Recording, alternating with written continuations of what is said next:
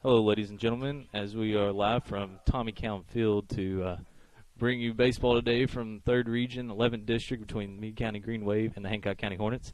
JT Bell alongside Tyler Kratzer as he's filling out the lineups for tonight's game.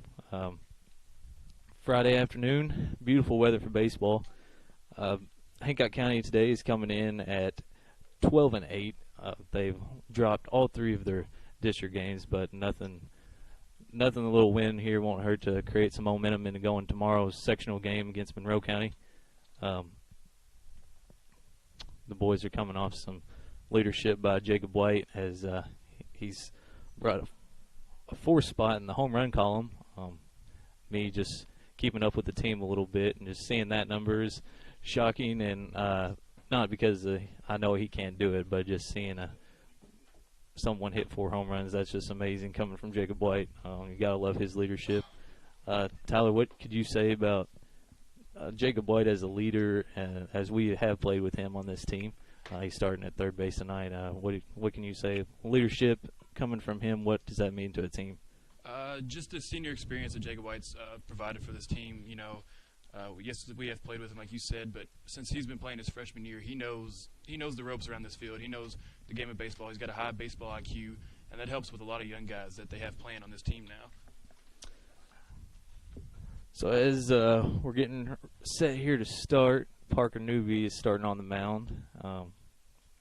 Definitely good to see him come back after last year. He had a pretty good season last year, and I'm hearing he's throwing some pretty good innings, and it's good to see him get a start here tonight against Meade County. As we're about set, ready to go, I'll introduce the starting lineups.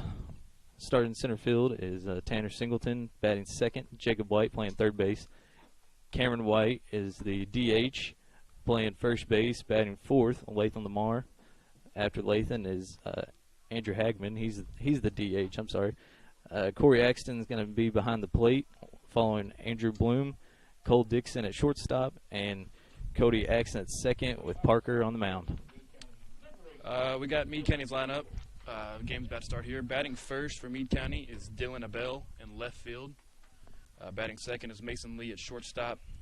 Third is Carson Crump at first base. Fourth is Zach LeBunk at catcher. Fifth is Matt Collard at center field. Sixth is Colton Nevitt at third base. Seventh is Zach Babb at right field. Eighth is Justin Heiner at the DH. And batting ninth is Reese McElfresh at second base. And then your pitcher for the Meade County Green Waves is Tucker Crawley. While he was introducing the starting lineup, Parker came up 0-2 on this batter.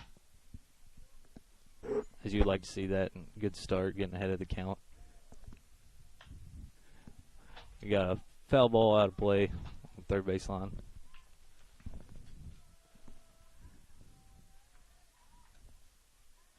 It's definitely good to see Parker pitch with consistency, starting ahead. First batter in district game. I know my nerves were always bouncing around. Just misses outside on the breaking ball. Dylan Abell here, he's from Meade County. He's a freshman. He's batting .339 on the season. That's pretty good average for a freshman playing varsity baseball. Gets him swinging for strike 3. And Parker goes high, gets him swinging.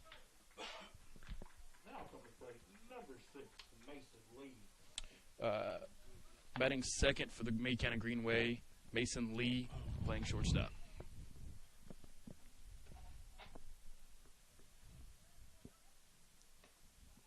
Ball high.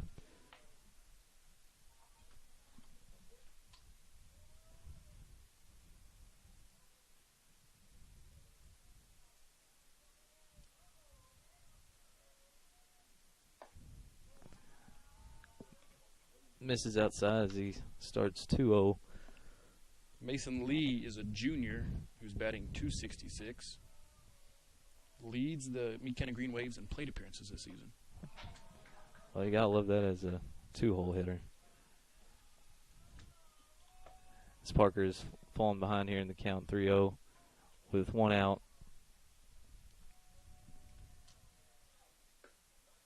Safe. That was a ball he didn't miss by much. Had a strike on the inside part of the plate.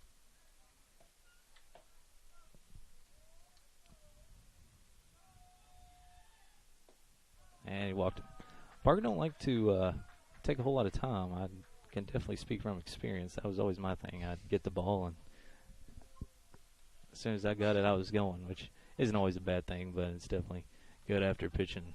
From someone that's caught you for 10 or 12 years, definitely can speak from experience. You call that pitch in, and next thing you know, it's in your glove. So, well, you know, sometimes you. Corey Axon doing a good job there behind the plate, though, staying ready. This is Carson Crump, the first baseman.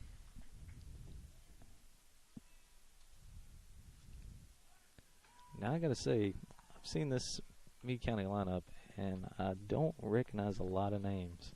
They did lose a lot of talent last year. They lost a lot of starting positions, too. Carson Crump is a junior. He's batting .365 on the season. I guess they had a lot of seniors, and these guys have just followed in behind them. And that hit the bat, I believe. Yep, that's a foul ball. Start the count 0-1. That was interesting. Not a bad way to miss right there.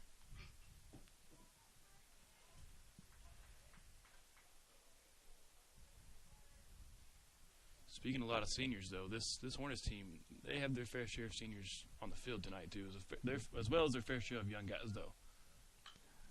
I have foul ball on play. 0-2.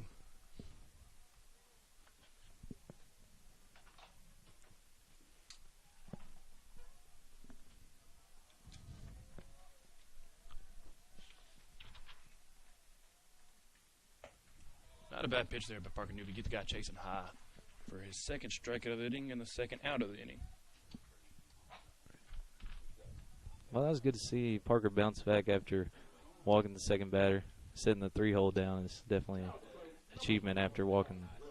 Especially sitting him down, getting him chasing. That just knows that makes pitcher know that they're in their head already. You know, just playing little mind games. See what he can do with this 4-hole batter. Goes in, and he gets the call to strike in the inside corner. This 4-hole hitter is Zach Lembung. He's the catcher. He's not doing so hot. He's batting a solid 188 on the season. Well, that definitely shows that the coach has some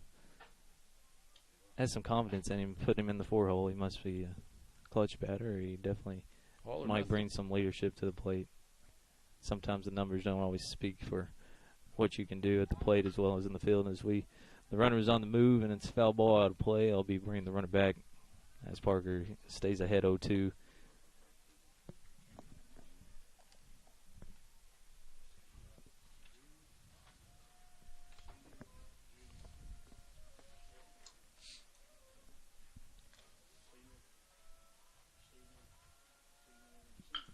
And he smokes that one into right field. Seem to have a little trouble out there, and they're going to send the runner from first home. On home, the throw is going to be late, and he's going to end up getting a double out with an RBI, and that just adds to his RBIs as he already got. How many has he got already? He's got 11 on the season now. That's one thing Cody Axon on second base, when he caught that, as soon as he sees that run around third base and he thinks he's got a shot remotely, you got to turn around and fire that ball as quick as you can. Take that extra glove tap, that extra pump. That's what caused that throw to be late and off target. He thought about it too much. I'll be interested to see how Parker settles in after giving up that base hit on 0-2 count. He's got 2 outs, though, so hopefully he can just get out of this inning. If this ball gets away, and we'll end up on third. One of our former coaches always says, you got to score to win, so it doesn't always hurt to put some runs on the board. Exactly. You got to at least score one, so they'll be fine. And they'll settle in and go get some hits, as this can be an explosive Hornets offense. The 1-0. And it's a ball hit. Jacob White fields it, gathers, throws him out at first. Good play by Jacob White, and good job by Parker to get out of the inning. This is Third Region Baseball on Third Region Sports Network, and we'll be right back.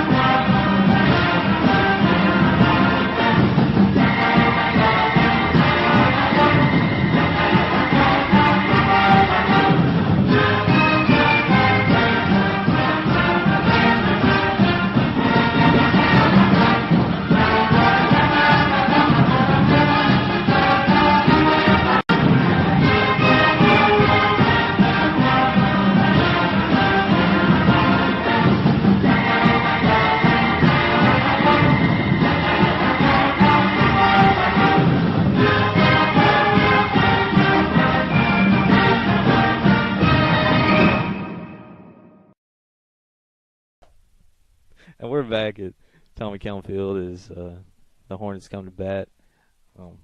Leading off is Tanner, followed by Jacob White and Cameron White. Righty on the mound.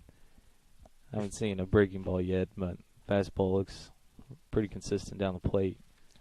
Your first 4 batters for the Hornets today are all seniors. So that says something about the top of this order that they've been here for. They've all hit the ball in varsity baseball. So that's where a chunk of the offense comes from. This Hornet team is this top of the lineup here. And pitching for Meade County Green Wave is number 20, I believe. Yes, Tucker Crawley. Tucker Crawley, a freshman.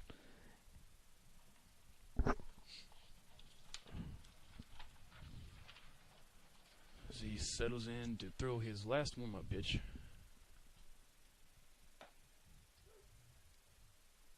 Oh, he needs one more. All right. Baseball's a game of taking your time. No time limit. That's what makes it special. Crawley's got a record of 4-2 with an ERA of 4. The catcher had a nice throw down, so he stayed low to the ground, was on target. May try to test the waters with a little running, though. Yeah. Definitely got to be aggressive on the base pass. You got to, anytime you get a runner on, you got to take advantage and do whatever you got to do to get them in. Tanner steps in.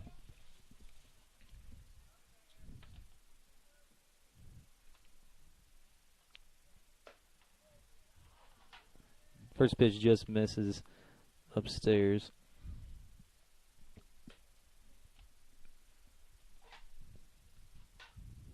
Tell you what, the first 2 batters in this order, Tanner and Jacob, they've been hot all season with the bats, though. I mean, Tanner's hitting .483 as a senior in the leadoff spot. You can't ask for much more out of a leadoff hitter.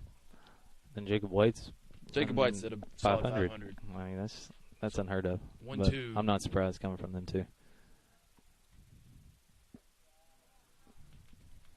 Tanner's trying to show some patience at the plate, watching pitch all the way in. That one follows that one into the dirt. He has a 2-1 count.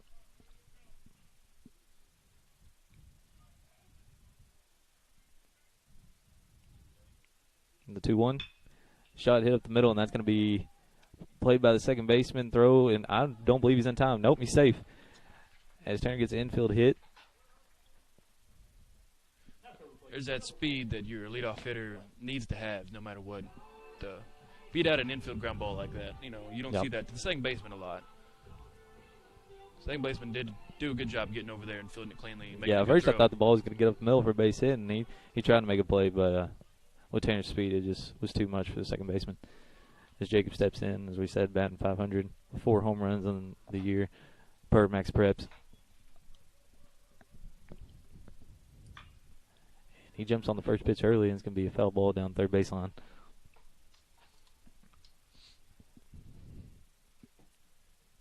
Meade County has an early 1-0 lead on the Hornets. We're in the bottom of the first with runner on first. There's nothing wrong with jumping on that first pitch like that. Yep. It shows Jacob's up there ready to he's confident. get on base. And calls time. Jacob White says, "You're going to take too long? I'll just call time, and we're going to take a little bit longer." You get uncomfortable just standing up there in the batter's box for so long. Just reset. Here you go. And the 0-1. Inside called strike. That was a good pitch by Crawley. He painted that corner right there.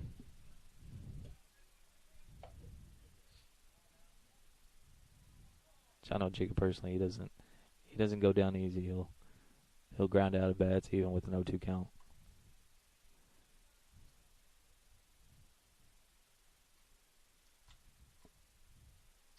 Exactly. See, the line's one short hop to the shortstop, and he's going to roll it up.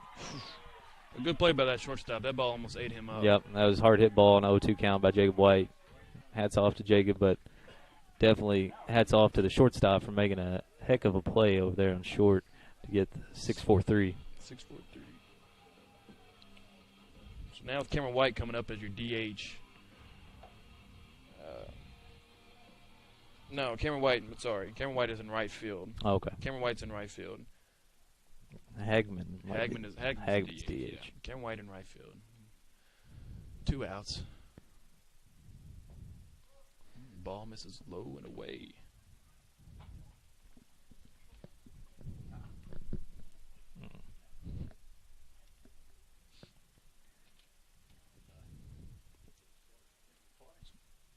Shortstop, that ball he caught in Jacob White is one of those where he just stuck glove down and happened to.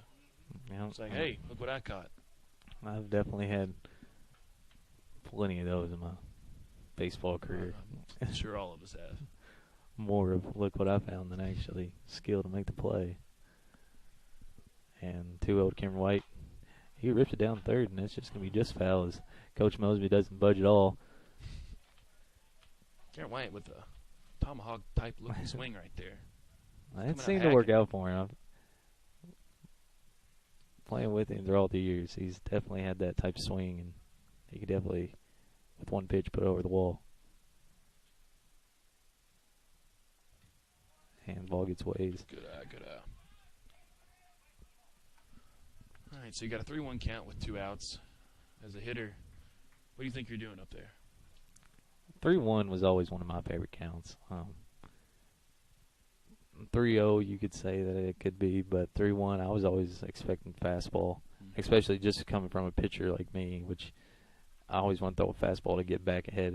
I'm not really sure what it looked like a fastball, but it might have had a little cut on it. So Cameron White fouls it off though, makes it a 3-2 count. It's close. Take a swing, put it in play. And as a pitcher again here, I'm throwing a fastball, but that was because my curveball wasn't always on. So that looked like maybe a changeup. Yeah, you got him low and away. Cameron White swinging for the 3rd out of the inning. And that'll end the first. We'll come back with the 2nd inning, 3rd Region Sports Network.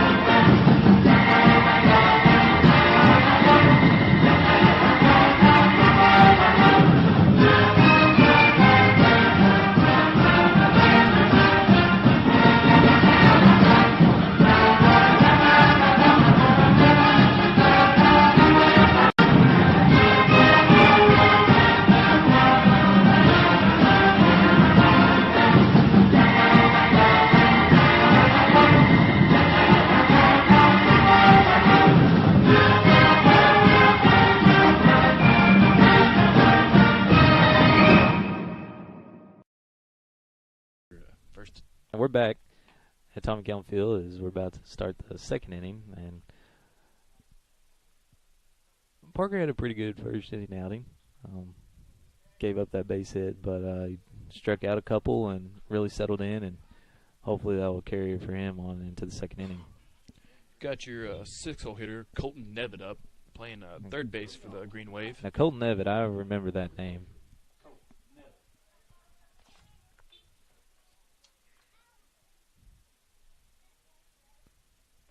Yeah, well, it was just, he's going to get the outside called by the home plate umpire and start 0-1. Colton Nevitt is a senior for the Green Wave. That one was just a little far outside. 1-1's count.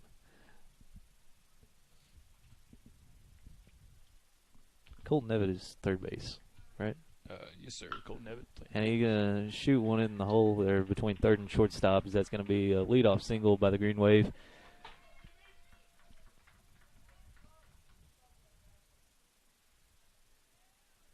With the runner on first, steps in the 7-hole.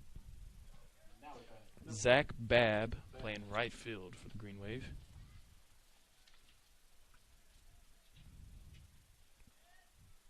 Zach Babb is also a senior for the Green Wave. Back-to-back seniors here. And that ball is lifted in the center field as Tanner's going to sweep over, make the catch. And good work by Parker, just getting a fly ball after a shot that was baseball that's hit pretty hard. Tanner Singleton never makes it look easy out there in the outfield, though. That's one thing he's known for. And I haven't kept up with the team a whole lot this year, but yeah, I would have to agree with you. Sometimes he makes the play. He makes them, yeah. He makes them. It doesn't look pretty, but hey, he gets the job done. I guess that's all that matters. He might not respect you saying that to him Well, if he goes back and listens to this. Hey, I've told him before. Me and Tanner, we know each other. It's okay. We give him a hard time. This Parker delivers a strike for the first pitch to the 8-hole hitter, Justin Heiner, the He's DH. getting some help as he's pitched both of those balls up and in, and I don't know if I'd go right back to it, I believe.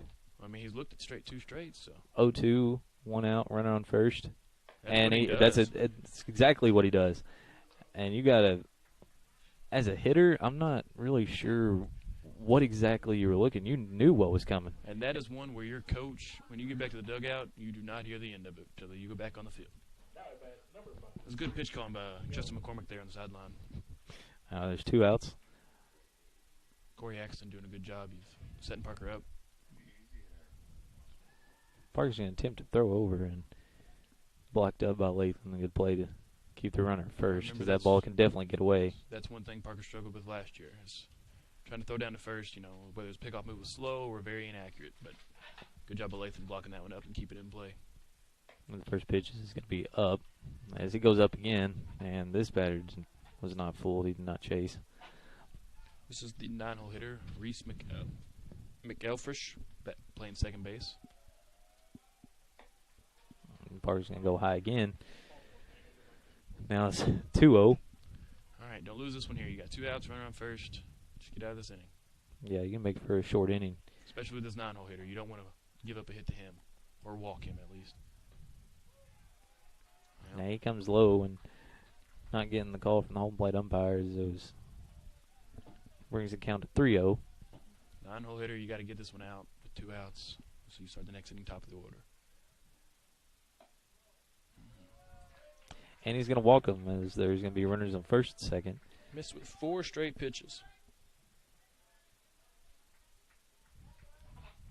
As the leadoff batter will step in. He struck out swinging last time. Parker really had his mind set that he was going to get the first batter out. Now he's not fooled, and Jacob White makes a great play, and he's just going to tag the runner going to third. I thought that was going to be a base hit to shallow left field. Jacob White comes up, makes a play, tags the runner out. As we head into the middle of the second, this is Third Region Sports Network.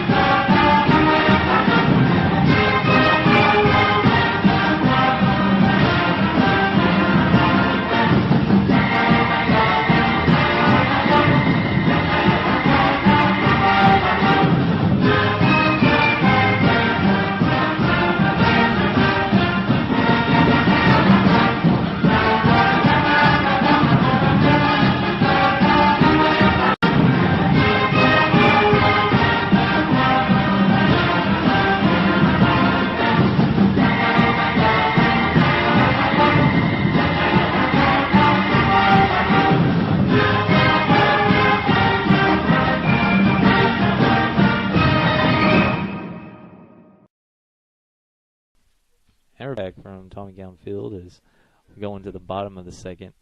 Hornets are trailing 1-0 as Meade County Green Wave scored 1 run in the first inning. Lathan's going to lead off this inning, followed by Andrew Hagman, then Corey Axton.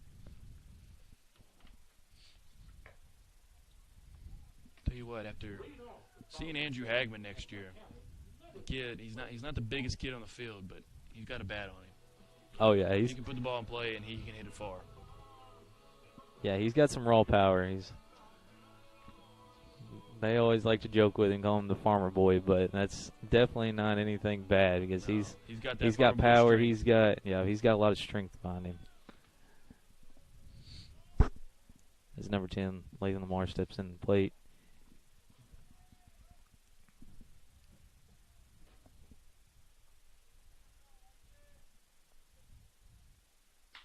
And he's going to smoke one foul down. Might be out of play down the third baseline. This press box, you don't get a whole lot of good looks down there in left field. Nope, it's in. I'll throw it in to Coach Mosby, and we're going to reset.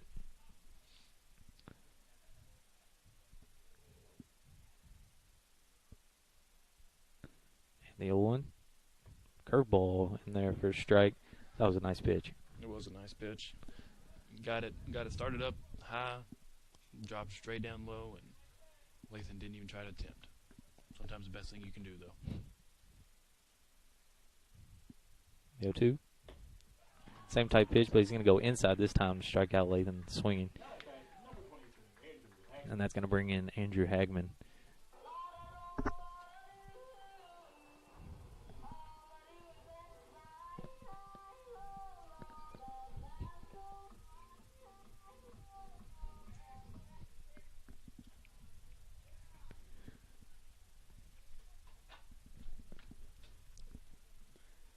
Andrew Hagman is the DH tonight, as we said earlier.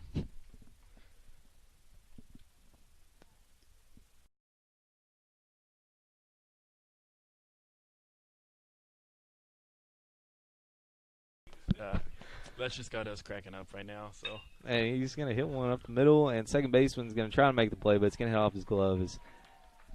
I would have to count that as base hit. Yeah, that's a base hit. And the second baseman, I mean, that'd have been a heck of a play if he tried making that, but you can't fault him for the effort there. Oh, One out with the runner on first. That's typical Andrew Hagman, though, with that walkout song. Oh, you got to love it. I mean, doesn't hurt to have a little fun while you're out there. and that's going to bring Corey Axon as runner on first with one out. Pitcher takes a look over at him. Corey Axon behind the plate tonight for the Hornets. Taking your shoes. Yeah, and it's a ball hit up the middle off the pitcher, and then off the shortstop is Andrew Hagman. I'm not sure if he knew what was going on. He almost came off the bag, but he stood back on, and we got runners on first and second for the Hornets. So you got to like that by Corey. First pitch, he's come out there hacking. There ain't nothing wrong with that.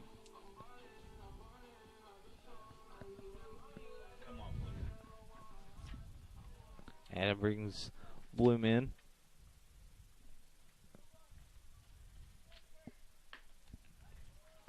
Bloom with a swing and a miss on the first pitch. Puts him in the hole 0-1 to start off the count.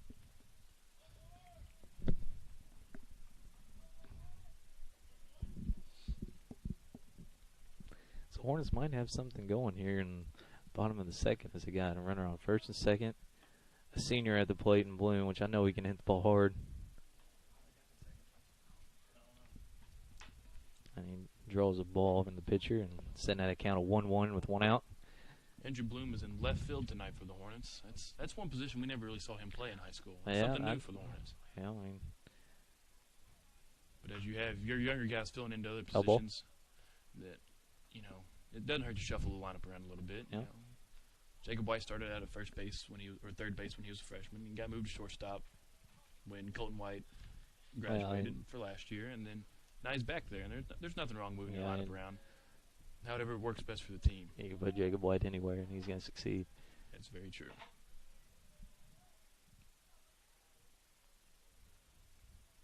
And the pitcher comes set and brings a 1-2 to Bloom, and it's going to be foul ball down the first baseline. Bloom is staying alive here. 1-2 count and one out. Runner on first and second. Cole Dixon, a seventh grader, I believe, playing shortstop for the Hornets.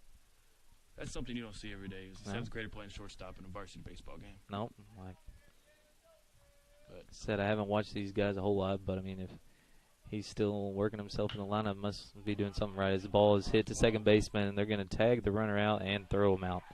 Man. So good play by Meade County Green Wave as they get out of the jam, and that'll send us to the third inning. And we'll be back from Tommy County Field. This is Third Region Sports Network.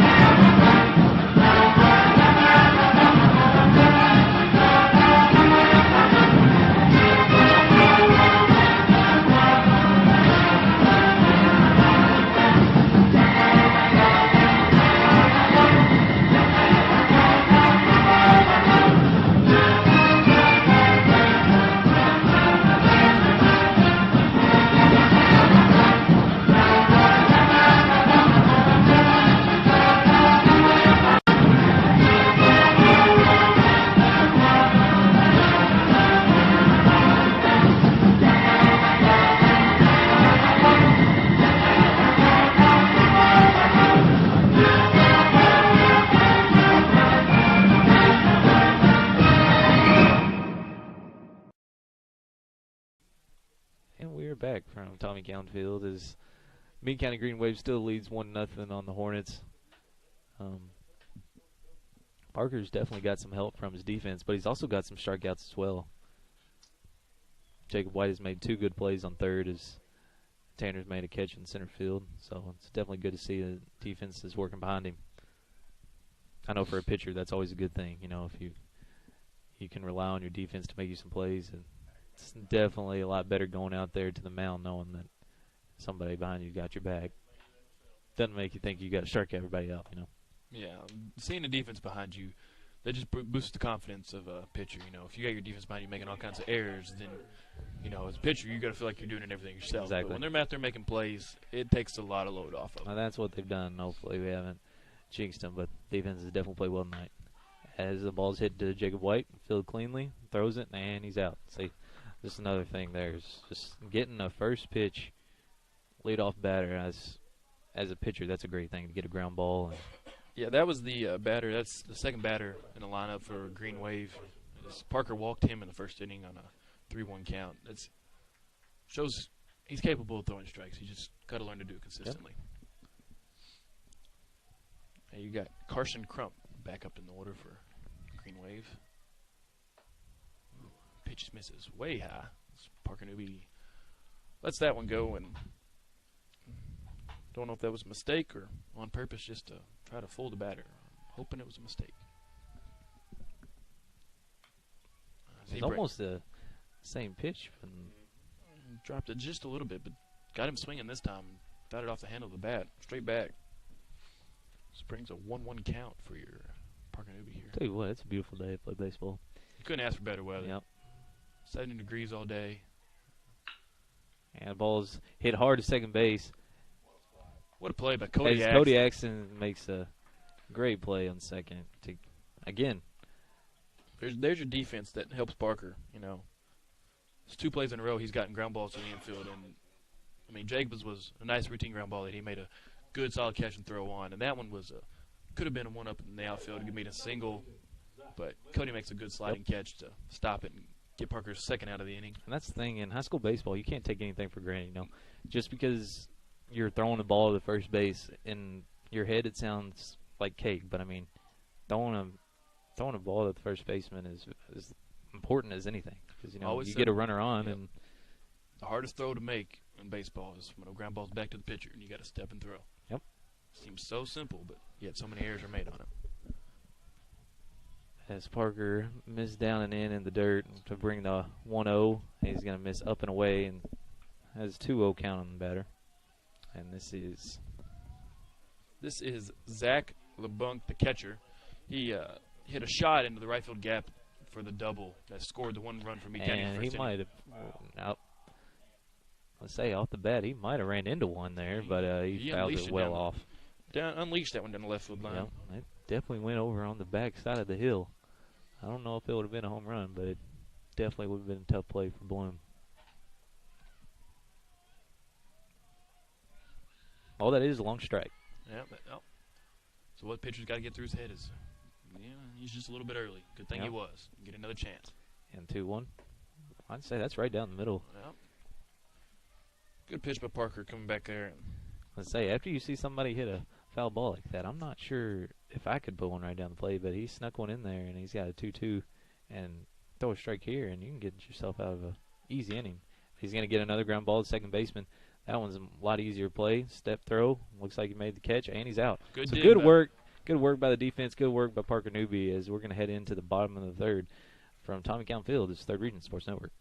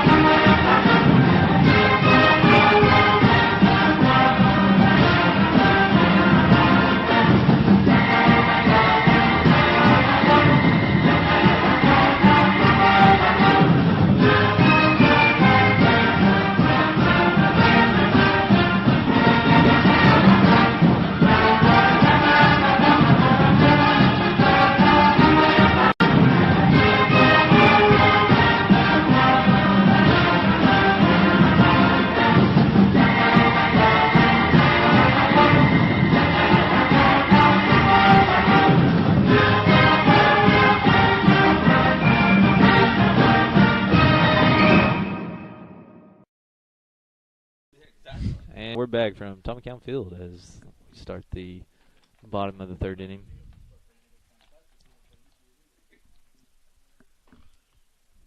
Now, I'll tell you what, the Hornets have put some runners on, and they just got to learn to capitalize. Yep, and the defense has definitely bailed this pitcher out by getting two double plays in two double plays in 2 innings.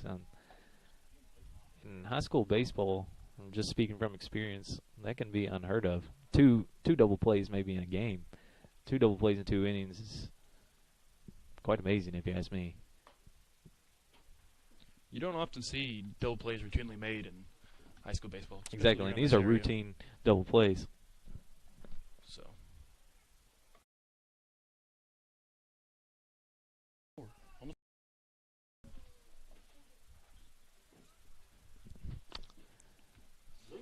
That throw down went into the outfield. You know, that's a good thing to see. Is catcher just lets one sail with no runner. Sometimes it happens. It happens. Trust me. Trust me, it happens. I definitely know a lot about letting ball sail into the outfield. Yeah, we know. I'm sure everyone here does. And 7th grader steps into the plate, and he's coming out hacking early. Hey, I like it. Let the pitcher know you mean business. As he fouls it back, start the bottom of the third. Hornets still trail 1-0 to Meade County. As this game's kind of rolling right along. And Dixon's hacking again, and that one's going to also find its... Well, I thought it was going to find its way out of play. That was not a good effort by that catcher. I'm pretty sure he was thinking the same thing I was, that the ball was going to... You still got to always have in the back of your mind that you're going to make that play. You got to be ready for it. And I don't think he was ready for it. Not at all. Drop that mask. Don't worry about it.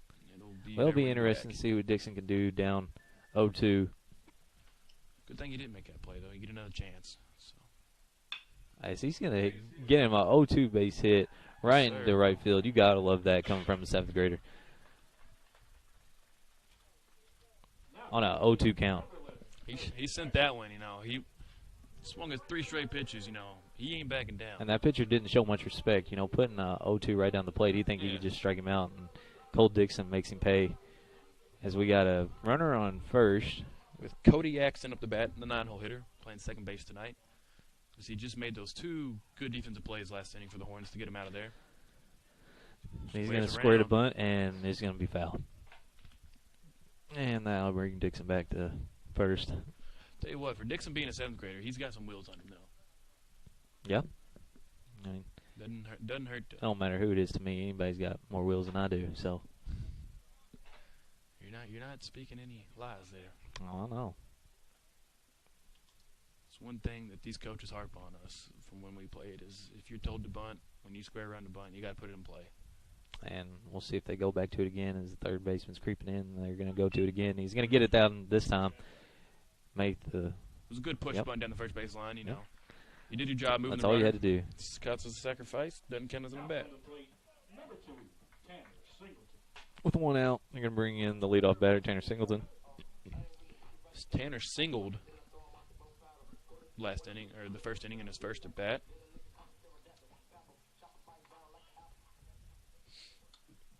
Definitely a good spot to pick up an RBI with young Wills on second. It'll be a tough play for any outfielder to throw him out. Got 1 out, so you lead off up. You don't ask for much better situations than this. You also got to think can't do too much. Just put the ball in play and make the defense make a play. Yep. First pitch, Tanner is up and in.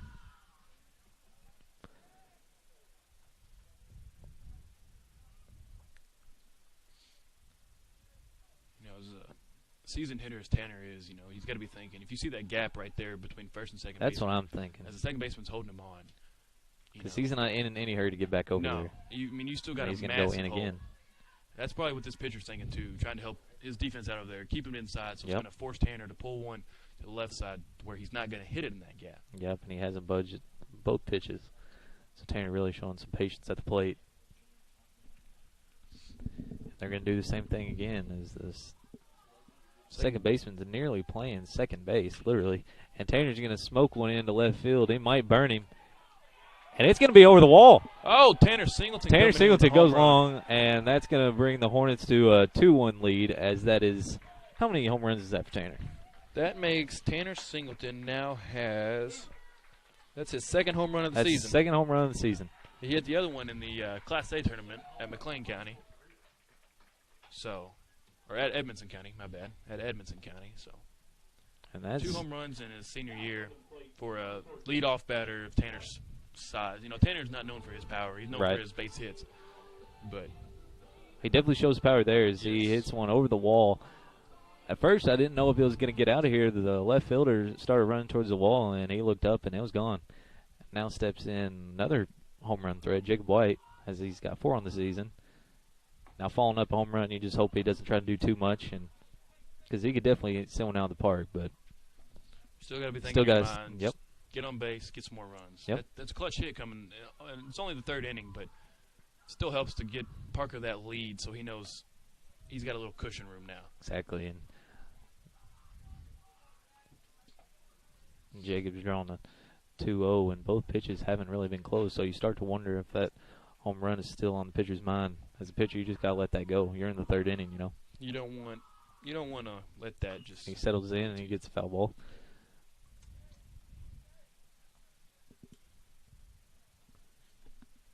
Got a 2-1 count now on the senior Jacob White. His last at bat, he grounded into the double play that sat the Hornets down. And he's going to smoke one into right field, and right fielder is going to be there to make the play. Yep. Tailed right into the glove, it looked like. It's one thing you got to know as a right fielder, though, come off the bat of a right-handed hitter. Yep.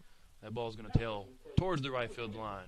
So you can't overrun it, and that right fielder made a good play and settled down and caught it easily. And that's the love-hate relationship with baseball, is you hit one right on the screws and you have nothing to show for it. Yep. You can hit the hardest ground ball you want, but if it's right at him, then.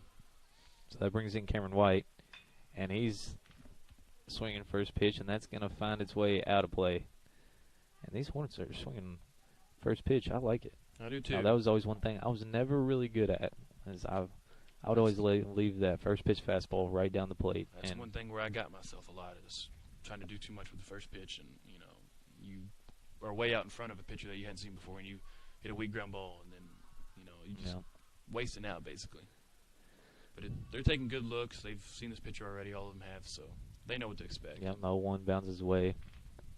Brings count 1-1 with 2 outs in the bottom of the 3rd, following a 2-run home run by Tanner Singleton brings the Hornets to leading this game 2-1. And the 1-1. And that's a shot up the middle. Sir. It's a good at-bat by Cameron White. Waiting for his pitch, using that flat tomahawk type swing he always has and knocking it in for a base hit. Yep.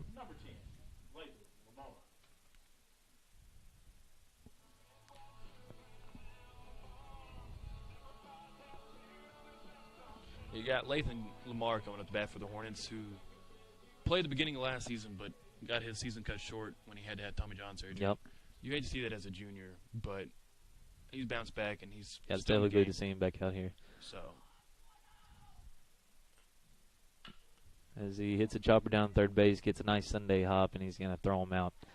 And that's going to bring the 3rd inning to a close, but damage is done by Meade County with one home run hit by Tanner Singleton. Going to bring the lead to 2-1 as we head into the top of the 4th here at Tom Cowan Field. This is 3rd Region Sports Network.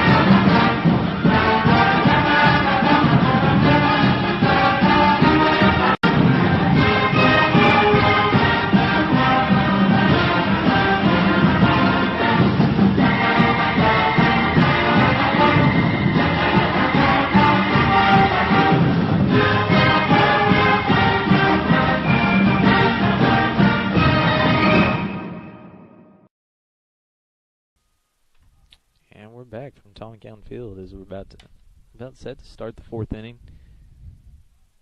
Hornets lead 2-1 off a 2-run home run by Tanner Singleton in the bottom half of the third. Coming to lead off the inning for the Meade County Green Wave is a center fielder, Matt Collard. He grounded out to Jacob White for the third out of the first inning, so he's 0 for 1 on the day. He hits one down third base, and Jacob White's going to make a heck of a play if he throws him out, and he's going to miss it, and Lathan's going to go out into shallow right to get the ball. Now, I can't. We're still throwing the ball around as the ball gets away, and luckily Bloom's over there to clean it up. And he's going to throw it into Jacob as Meade County has a runner on second. That was a great play by Jacob White, and I can't say that I've never done that before because I can make the routine play on third and maybe even throw it into the dugout sometimes. Might have just got up too fast. As the ball was hit hard down third baseline, you have a lot of time, and it's definitely easy for me to say that now that my career's over. And they're going to try and butt him over, and he's going to pull back with a strike that's called. Jacob White just got to shake that play off. He can't let it linger in his head, though. You did it, damage is done. Yep. So go out here and make the next one. Next time, make a solid throw. Yeah, he definitely made a great defensive play. It just throw kind of got away, and I believe that hit the batter. Ooh. And They were controversy saying it hit his hand. In the rule of baseball, if it hit your hand, it's part of the bat. Was it that, or was he saying that he was still squared around? He was still squared around, so it could be a strike call. And Coach Mosey's going to try and come out and get an explanation of what's going on. Umpires are going to discuss. This is in the fourth inning, but this is a pretty big call because you have no outs, runners on first and second. Yep. Definitely throws the double play back in an option, but that always isn't a bad thing. And they're gonna keep their call with the runner on first and second, as I guess they believe he pulled back, hit the batter, and as well as he pulled back. So that brings in number 2. This is Zach Bobb, the right fielder. He flew out to the center field to Tanner Singleton in the second inning. Man, it's be interesting to see how Parker settles in as he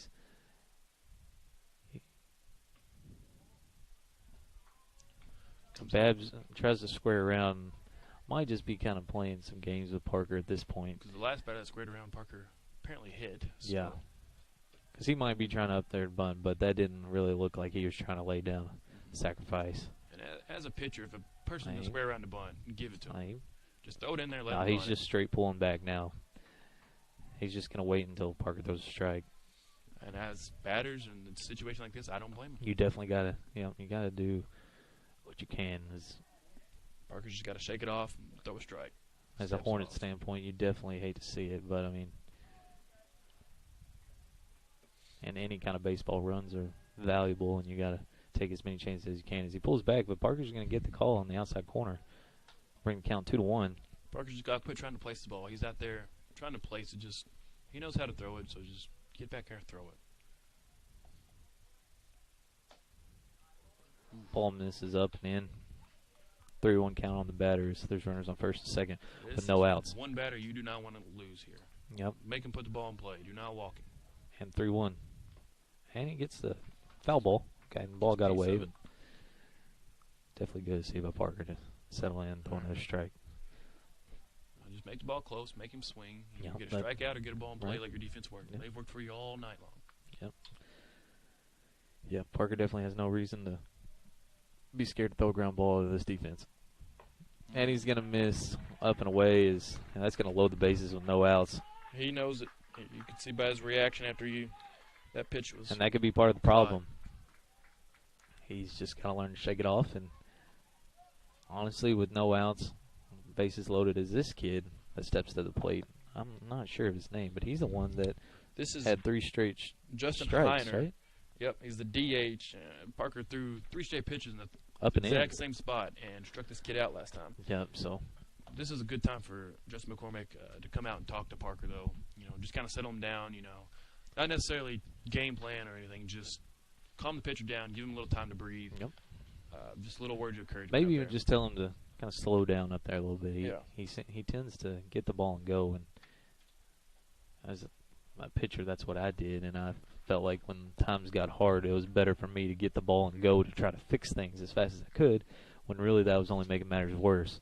So in these times, it's just best to take a deep breath. And sometimes as a catcher too, if you see a pitcher doing that, if let's say Parker throws 2 straight balls here, you just call time as a catcher, walk out there, don't really say anything, just walk out there, tell him, hey, just throw the ball to me, I'll get it done. Yep. And that's exactly what he's going to do. He's going to throw one right down the plate. Good comeback pitch for Parker there. He's still up there working quick. But, 2 straight strikes. Good job, Parker. Parker's now working from the windup with bases loaded. The runner on third, bases loaded, not really a thing to worry about. Is you don't see many people still home in high school baseball. Parker, maybe he feels comfortable from the windup. Yeah, he's going to go up and in on the batter, and kind of makes you wonder, is he throwing 2 straight perfect strikes, and he misses bad there? He's probably trying to paint the up and in corner to get the batter jammed, but he just missed badly. So he's going to miss outside there. Yeah. So he tried to hit the outside corner there and missed badly again. So if Parker tries to work out of this jam, he's got the batter now at 2-2, and here it comes. And there's going to be a ball hit shallow right field. Ball's caught. Oh, it's dropped. Oh. The ball is dropped. He's going to throw it to third to try to get the force out, and Jacob White looks like he's going to miss the tag. Oh, no, they're going to give it to him. They're going to give it to him. The infield umpire tend to call him out. Yeah, that's what I figured that would be an infield fly call because, well, there's no outs. So does infield fly come in rule with no outs there? So they are going to call infield fly. So what, we have 1 run score? Yep, Tommy White is over here on the scoreboard, and we're just trying to figure out what exactly just went down. We believe they called an infield fly to give us 2 outs. And there's 2 outs scored because the tag. Umpire, yep. The tag that I'm not sure was there or not. But they gave it to us. Yep, so now umpire gave it to him as we have 2 outs now. So technically, what was looking like some damage could be done by Meade County might be dwindled as long as Parker can settle in here as he starts 2-0 on the batter.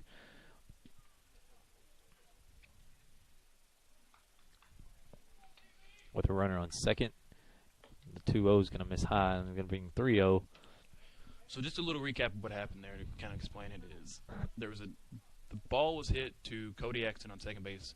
Umpire behind the plate called infield fly. The runners advanced, and after Cody dropped it, he threw the runner out that was trying to advance to third with a tag by Jacob White. Yep.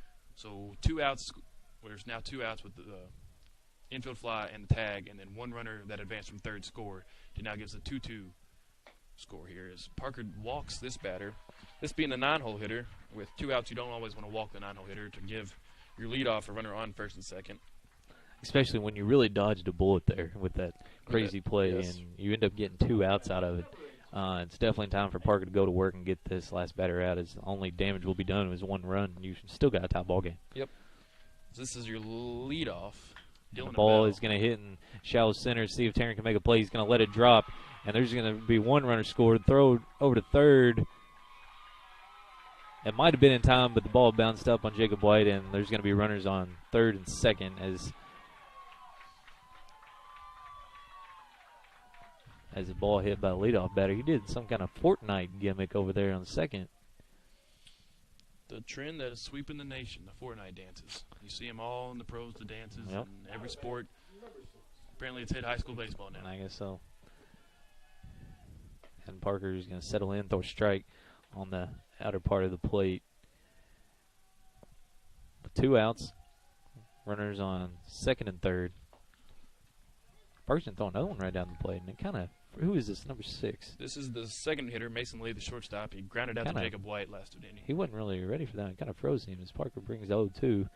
See if he can get out of this jam, and he's going to go high. And he thought about it. He thought about taking that pitch. He holds up to bring 1-2.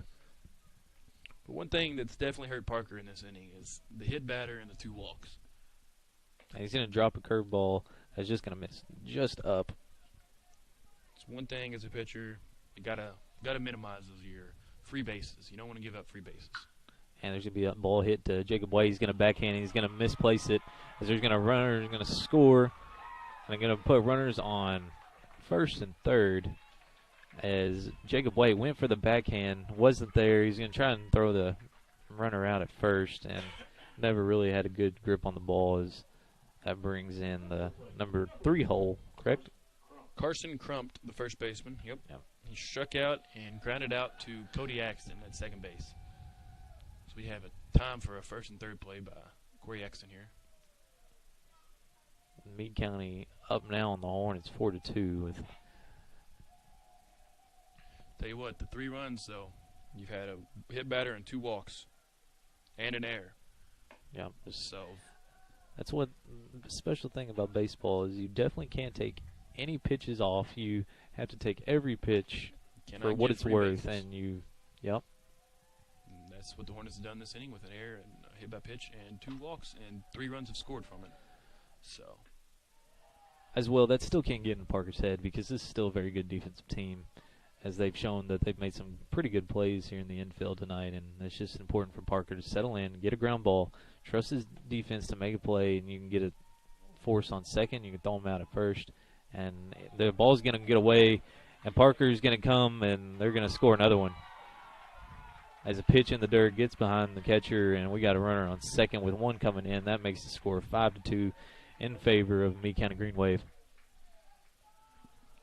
So Parker's now down 3-0 to the 3-hole hitter, Carson Crump. So you don't want to give this or the 3-hole hitter anything that he can do much damage with, but you also don't want to walk him.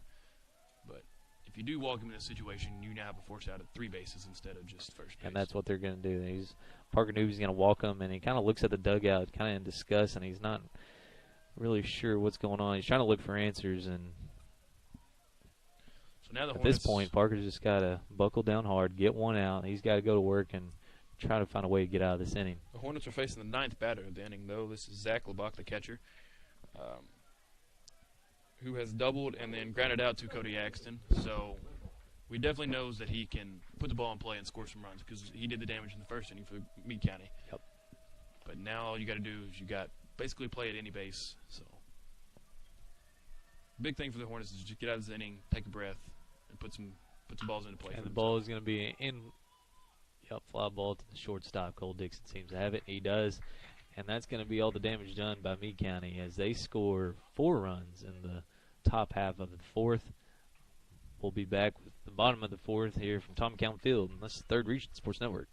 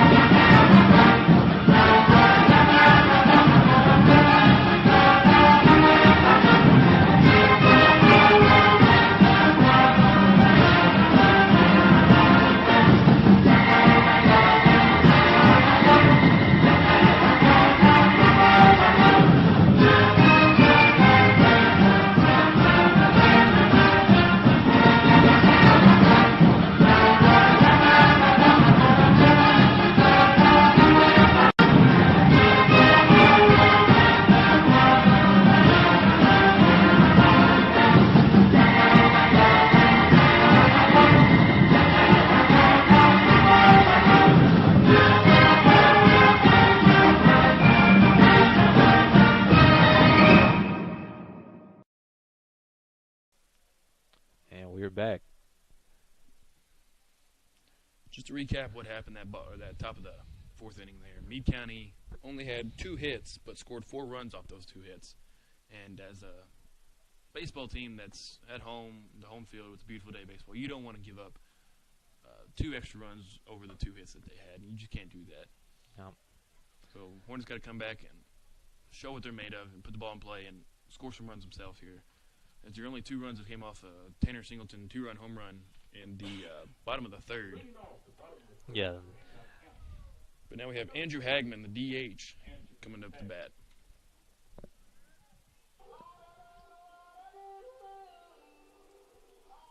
His last at bat, Andrew Hagman singled. He's 1 for 1 on the night.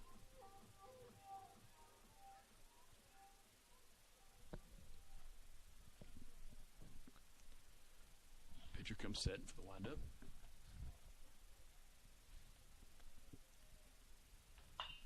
And Andrew Agnew comes out ripping down the third baseline. This is nothing for the Hornets to beat themselves up about. A 5-2 lead is definitely something that you don't want to put yourself in. But in the bottom of the fourth, yeah, you still got 12 outs to give. There is a pitcher now warming up for the Hornets down on the right field line. As it looks like is that Cody. Is that Cody Axon? That's what it looks like from here. My eyesight is not the greatest, but Cody Axon, who's warming up. So that could be something that, with Cody just hitting, or Cody gonna hit later in the inning, could be him getting warm up for next inning. As Andrew Bloom fouls off the third pitch of the bat to bring it to a 1-2 count.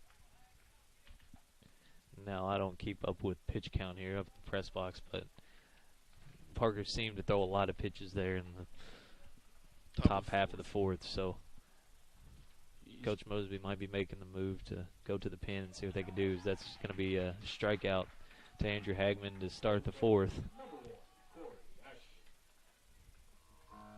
So what baseball happens, these guys can't keep in their minds all the errors or the strikeouts or the mental mistakes they've made.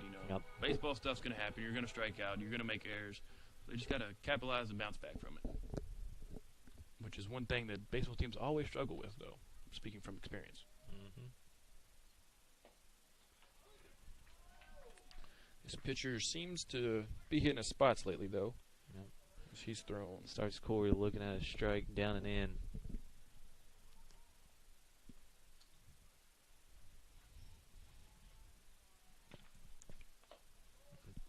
Corey watches one that's outside. That was close, but no cigar for the Meade County pitcher.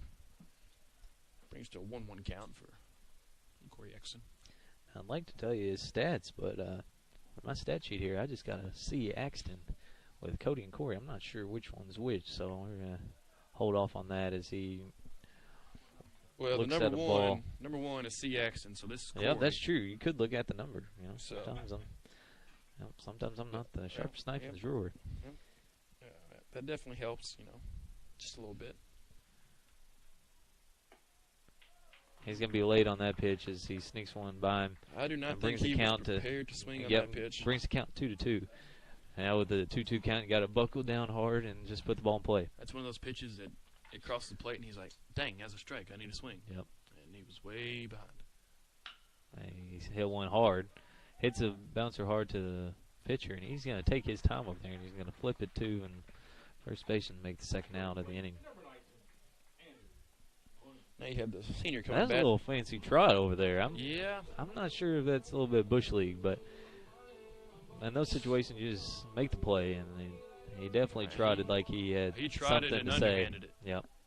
Which, going to overhand may not have been safe for out because you're never not as accurate, but yep. Little floating trot there.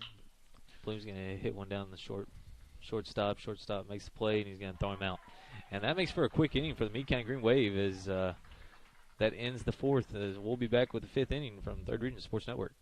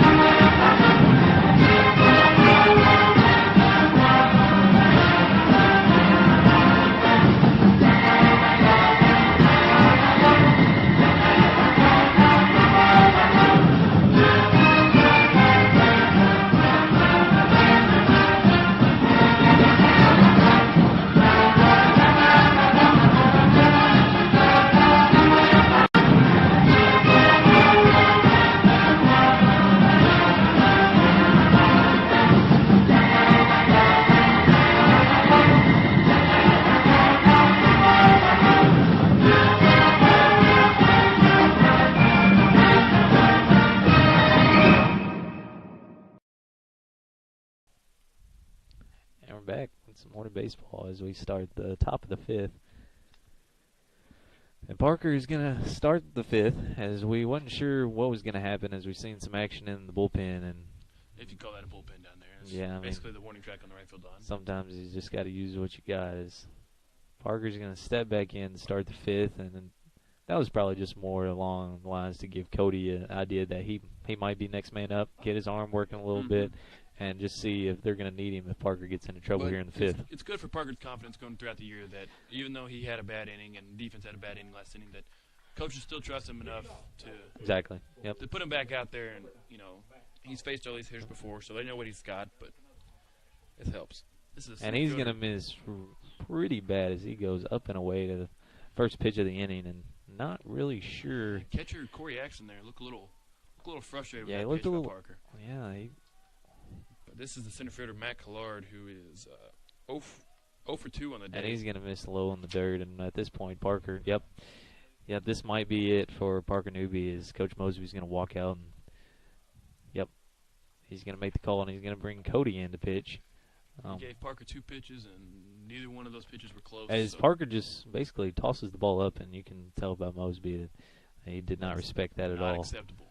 All right, we'll be back, and we'll talk more about Cody as he's going to pitch for the Hornets. This is Third Region Sports Network.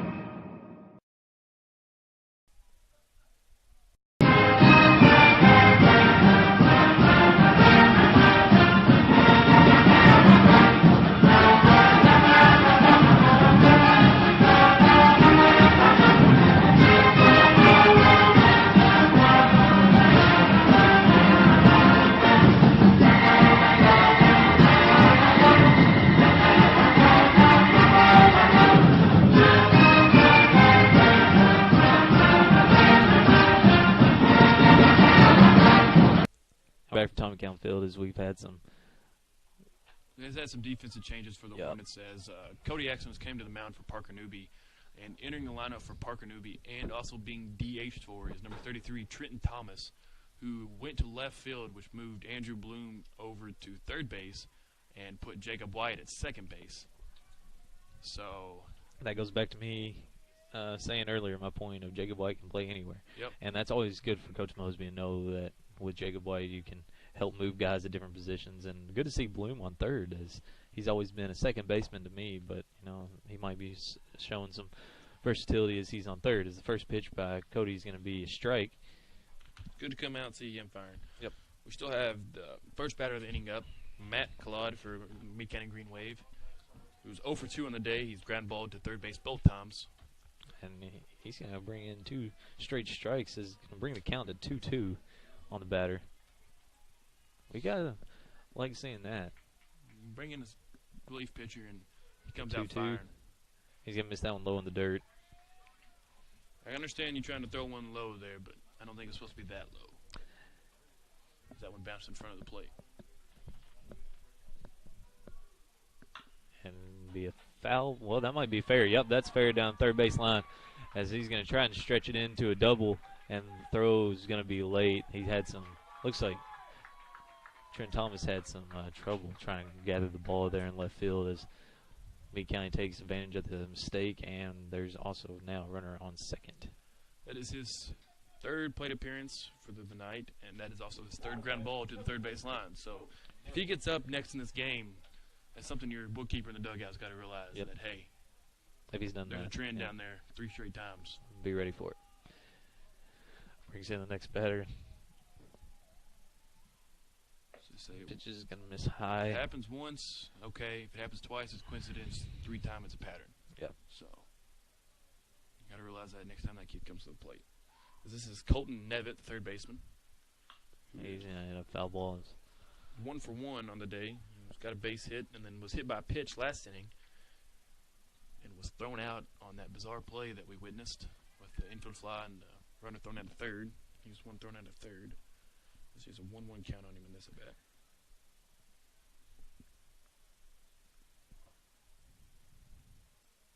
And Cody's going to take his time and throw a pitch, and he's going to hit him right in the back. That is not something you needed right there.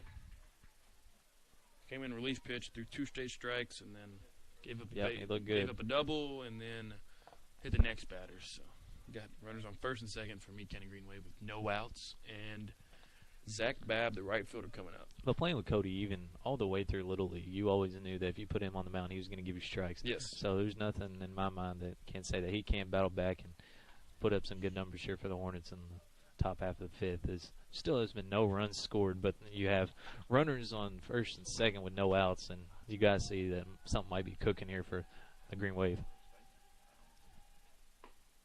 He's going to bounce back with a strike right down the middle on the outer half. Cody's not the hardest thrower. He hasn't got the most stuff, but he's consistent in his throwing. Yeah, he can definitely throw strikes, and that's all you need for a defense that has proved that they can make a couple errors, but definitely can make plays for you as well.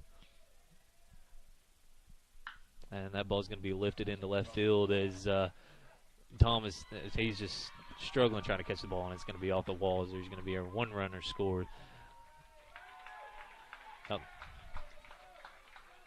I'm not really sure if Thomas even had a chance after the ball was hit. He kind of looked like he was drifting and didn't really know where the ball was. I don't know if the sun got in his eyes or he just wasn't sure how to track that ball, as that was a hard-hit ball. And that's going to bring runners to second and third with still no outs. So what I just said about the damage might be taking place here. This is Justin Heiner, the DH, who has struck out and hit the infield fly last inning. So hasn't showed the most consistent bat up there, but you never know. Kids in certain situations, and definitely being in high school varsity baseball, anything can happen. Baseball is got to be ready for anything. Crazy sport. And here's the 1-0. Oh, it's going to be a changeup, it looks like, by got him Cody. Swinging, and he was out front a little bit, and that was a pretty pitch by Cody.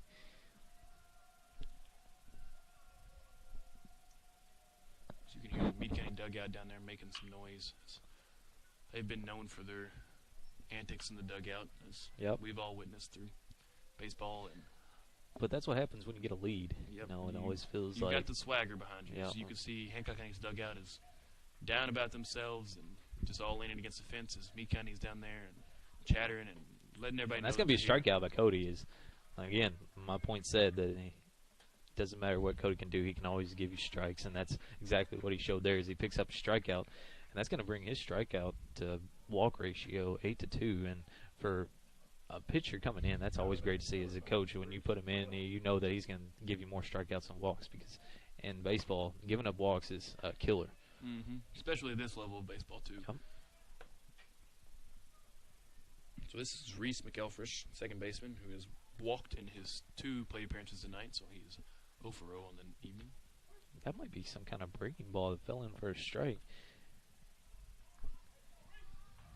I don't have the best view behind the plate here, and I can't really see how well the ball moves, but that was definitely some kind of off speed. As he's going to miss up. I'm going to bring the count 2-1. With one out and runners on second and third. And Meade County is ahead 6-2 here in the top of the 5th. And there's going to be a ball that's hit to second baseman Jacob White. He's going to make the play and throw the runner out. But that will also give an RBI as the runner scores and now makes the Green Wave up 7-2 with 2 outs. The kid had some wheels. Jacob White didn't take his time over there. He fielded it cleanly and transferred quickly, cleanly, and still a close got the ball play. over there. Yep. Yeah, the runner did make it close, but he did his job. Get the ball to the right side of the field where he doesn't put it down the third base line, where they can make a play at home, score the run, to give them even more of a cushion. Ooh, what a pitch by Cody Axton. Getting this leadoff hitter. Yeah, and he's chasing hit right the ball hard twice. He struck out and hit maybe the it ball. was just once. Okay. Yeah, he got a single last inning. He struck out once and grounded to shortstop. And he's going to hit a smoker. Down shortstop, and Dixon tries to make a diving catch. That would have been Sports Center right there if he made that play. As fielding the ball there to the right side is definitely a hard play anyway. Maybe if it came in on the left, it would have been a little easier play for Cole to make as he came up just short, and that's going to be a single, and that's going to bring in another run. Dixon definitely almost had a if he would have heck made of that, a play there that on shortstop. definitely helped. May not have gotten the runner at first because he wouldn't have gathered himself, but may have also. That was a long drive. He would have if he would have caught it. Yeah, in if the he air, would have caught it in the air. then that would Hornets have are held the going to runner hit. at third. Yep.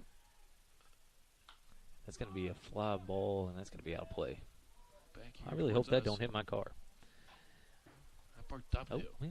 It's someone's car. I heard something, but maybe, hopefully that wasn't my car. As Cody works ahead with a runner on first. There's a pretty big lead over there on first, looks like. And they're going to give him a look, and he got him jumping. If Lathan caught the ball, he might have been out. That's one thing you hate as a pitcher, though, is you catch a kid leaning and Yeah. you make a good you Definitely make a throw had a over chance there, to- and yep, you have definitely a had a chance chance to to get get him, him and your out. first baseman blows it by dropping the ball. But you know, like I said, baseball happens, so you just got to fight through it. There's the runner. He's going to. It looks like a pitch out, and ball's going to be just laid as they get a stolen base by the leadoff batter. I'm not sure his name. Dylan Abell is that? Dylan kid's Abell. name? We'll see how many stolen bases he's got on the season.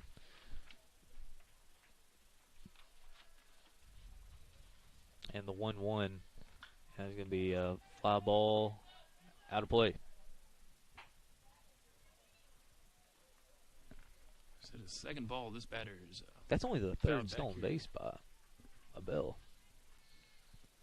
He must have recognized something that he can get a good jump on this pitcher with the not quickest pitch velocity that Cody's got behind him, but And that ball is going to be foul.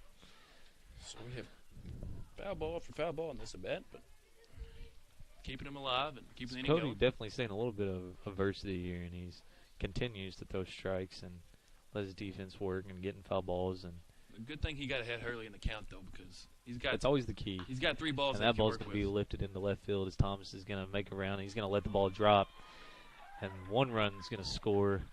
And there might be a play on second, but he's going to be safe as that's going to be a double. And Trent Thomas kind of looks lost out there in left field after 2 balls hit to him. He's just not sure if he's seeing the ball well. And You know, him being a young kid, being a freshman, I believe that he's a sophomore. My bad, he's a sophomore, but not getting much varsity experience out there. You know, he could be nervous to try to make plays like that, but it's one thing you got to do when you get your chance. You can't be nervous. Exactly.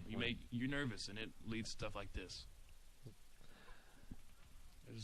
for the head coach to have enough trust to put you in, there's a reason he's out there. But he's kind of looked lost on both those fly balls. But, you know, baseball's a weird sport. It's going to find you, so he needs to shake it off and be ready to make the next play. This is Carson Crump, the first baseman, 3-hole hitter for the Meade County Green Wave, who has struck out, ground out, and walked. And, yep, His Cody 3 plate stays with what appearances. he's been doing, and he gets ahead. And as a pitcher, that's key. And if you're doing that constantly and Getting ahead, can't really throwing get a strikes. get an out when you had 2 fly balls, and granted they were pretty hard hit, but both definitely catchable as Cody goes down into the dirt and count will be 1-1 with 2 outs. A 9-2 lead from Meade County. They've played runner 4 on runs second. in back-to-back innings here, Yep. so it'd be nice to get out of here without giving up any more. At the pitch, and it's going to be way out front on Yeah, that it's one. another off-speed pitch that Cody delivers and gets another batter way out front on. It's good to know you have someone in your arsenal, though, that you don't get just one batter. You've got multiple batters on in the same inning. Yep. I think he's going to see how the runner on second's doing as he looks down at him. That might just be nothing but just giving himself a little breather. Yep. Ready to Letting him know that runner, he hasn't just lost him out there. He's still making his looks, and he still knows he's That ball's going to be line shot caught by Lathan Lamar, and damage is done again as Meade County plates 4 runs on, I'm not sure how many They hits. had 3 hits. 4 runs on 3 hits, 3 or and that's 4. going to bring us to the bottom half of the 5th. We'll be back after a quick break. It's 3rd Region Sports Network.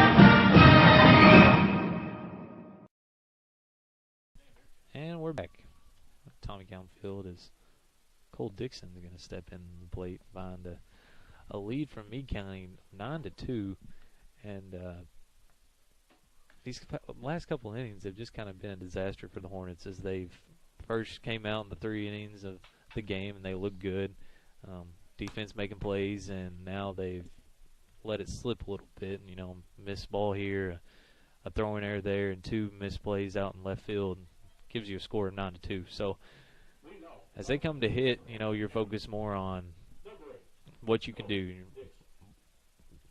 Batter by batter, you're just passing the baton at this point. Just get base hit, get a runner, and see what happens. Each batter's got to know their role, though. You know, Cole here, him being the leadoff, he's 1 for 1 on the day with the single with his only a bag of the game, but he's got to know, okay, I'm leading off this inning.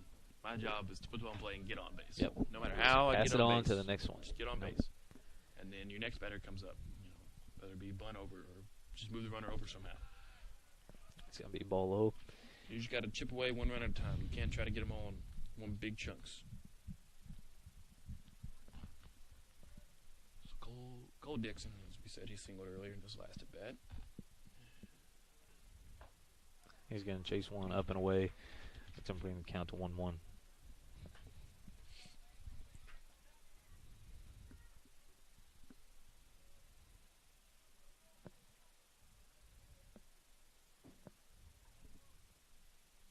And here is the 1-1. Could be fouled off. Straight back into the net. So we now have a 1-2 count. I'll tell you, I've seen him have 1 at bat in this one, obviously, and he's not afraid to swing the he's bat. not afraid to swing it. Nope. He's not up there scared as you would think a 7th grader would be, and that says a lot. He's facing a freshman pitcher who may have seen some varsity time as an 8th grader or something, but he's not facing a senior pitcher that can throw gas up there or has some nasty off-speed stuff. Yeah. So that probably helps the confidence a little bit, but still, I mean, seeing a 7th grader come out here and hacking away like he is, it is impressive. It's positive. Definitely going to be an improvement as he continues through the system here. And the 2-2 to Dixon is going to be a ground ball to the shortstop. Shortstop gets around it, and he's going to make a perfect throw to first baseman and throw him out.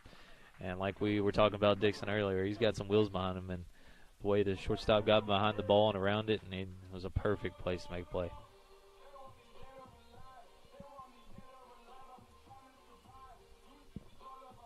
Now I got to say, the Hornets got a variety of walk-up songs.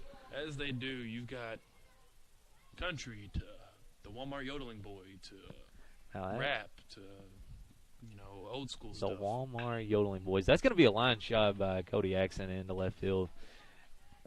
That's what you want. That's what we're talking about. Just get a man on and see what happens.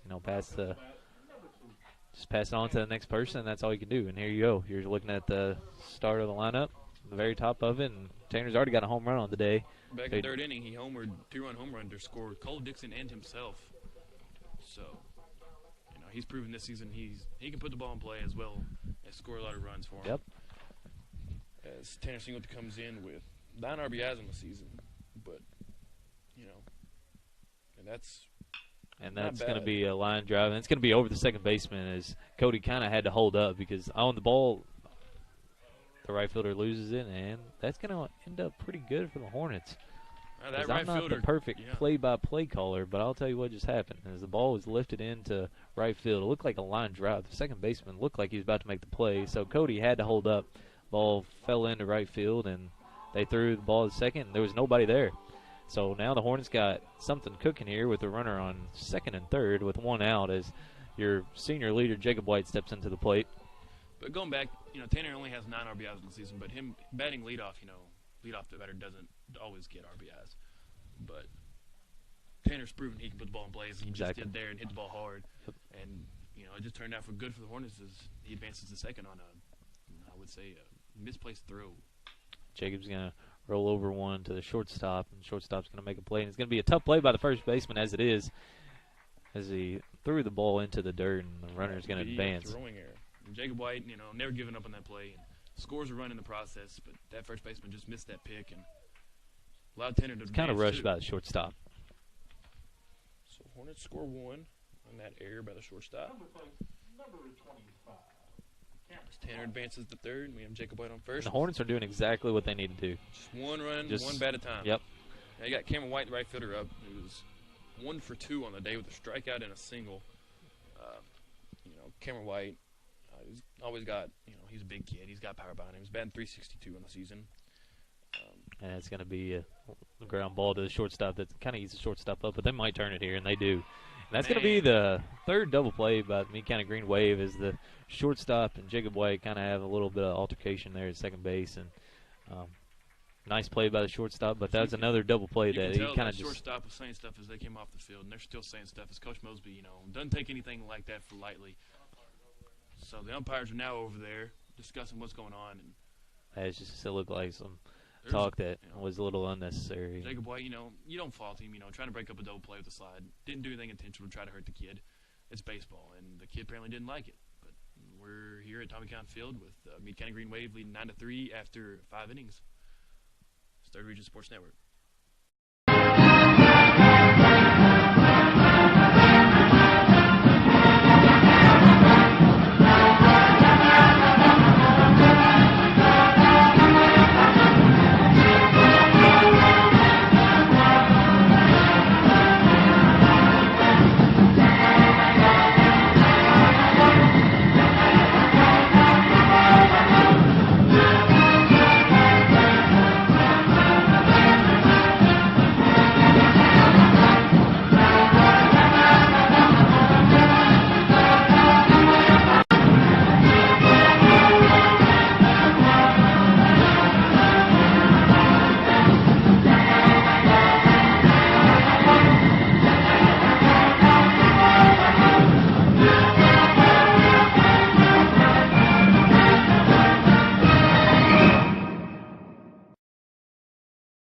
And we're back, Tommy County Field, as we start the top of the 6th. We got leading off for the Meade County Green Wave is Zach LeBunk, the catcher. Don't think I've pronounced his last name right. I think you butchered a couple of them, but hey. He's been to the plate 3 times, and I think I've pronounced it 3 times differently. But hey. Oh, well. So let's hope one of them was right. He's doubled and grounded out and popped out. So no offense, but I don't know if anybody can pronounce Kratzer right every single time. So it's all right. I've gotten many variations of that. So all right, we're on the top of this. We're on the top of the 6th, and Cody is still on the mound as he misses just outside. Tried floating that one in there. Almost got the batter to chase it, but he holds back, stays disciplined. And the 1-0 is going to be a called strike. Low and away. Looks like he just, close to outside part of the plate. Pitches, even though some of them been balls, they've been close. He hasn't been extremely wild. And that one's going to be another rollover to the third baseman, Andrew Bloom, and he's going to make a throw. And it looks like he's going to be wild. And looks like he got tangled up with Lathan trying to make the play. I don't believe there was anything intentional there. Trying to jump up and catch that ball, and he knew it was overhead, so he stepped back, and the runner tripped over his foot, maybe rolled his ankle or something. Either way, there's going to be a runner on first for Meade County with no outs. And there's another thing for a pitcher. He did what he was supposed to. He got a ground ball, and the play just wasn't made. But definitely a hard play to make anyway. We were Hornet defense in the first 2 or 3 innings here. But well, that's just sometimes how it goes. They come up with goes. some errors, but some of them tough throws, tough catches. Different players playing. They've definitely made the routines, and even some well above routine. Yes. They've made some pretty good plays tonight. It's just some that just getting over that hump is what they've kind of got to focus on.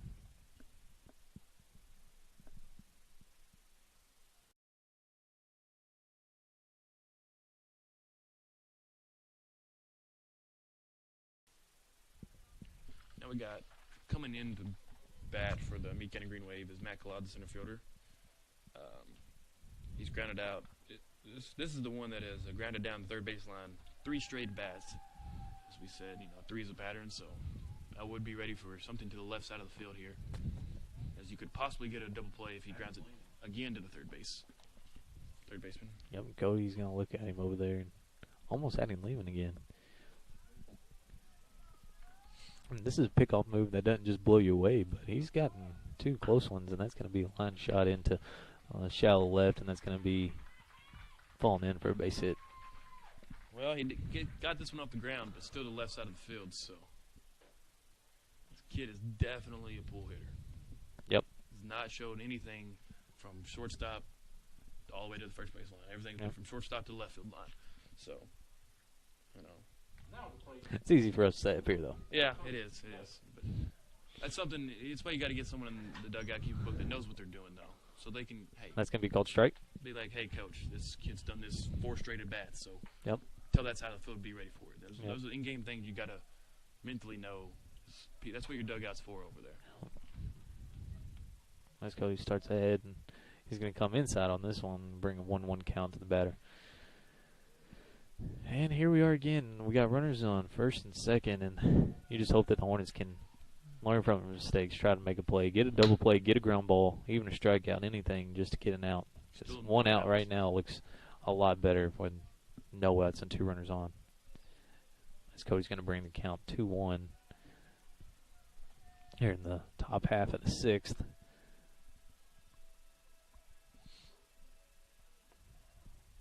That's going to be lifted into left field, and Trent's back, and he looks up and gone.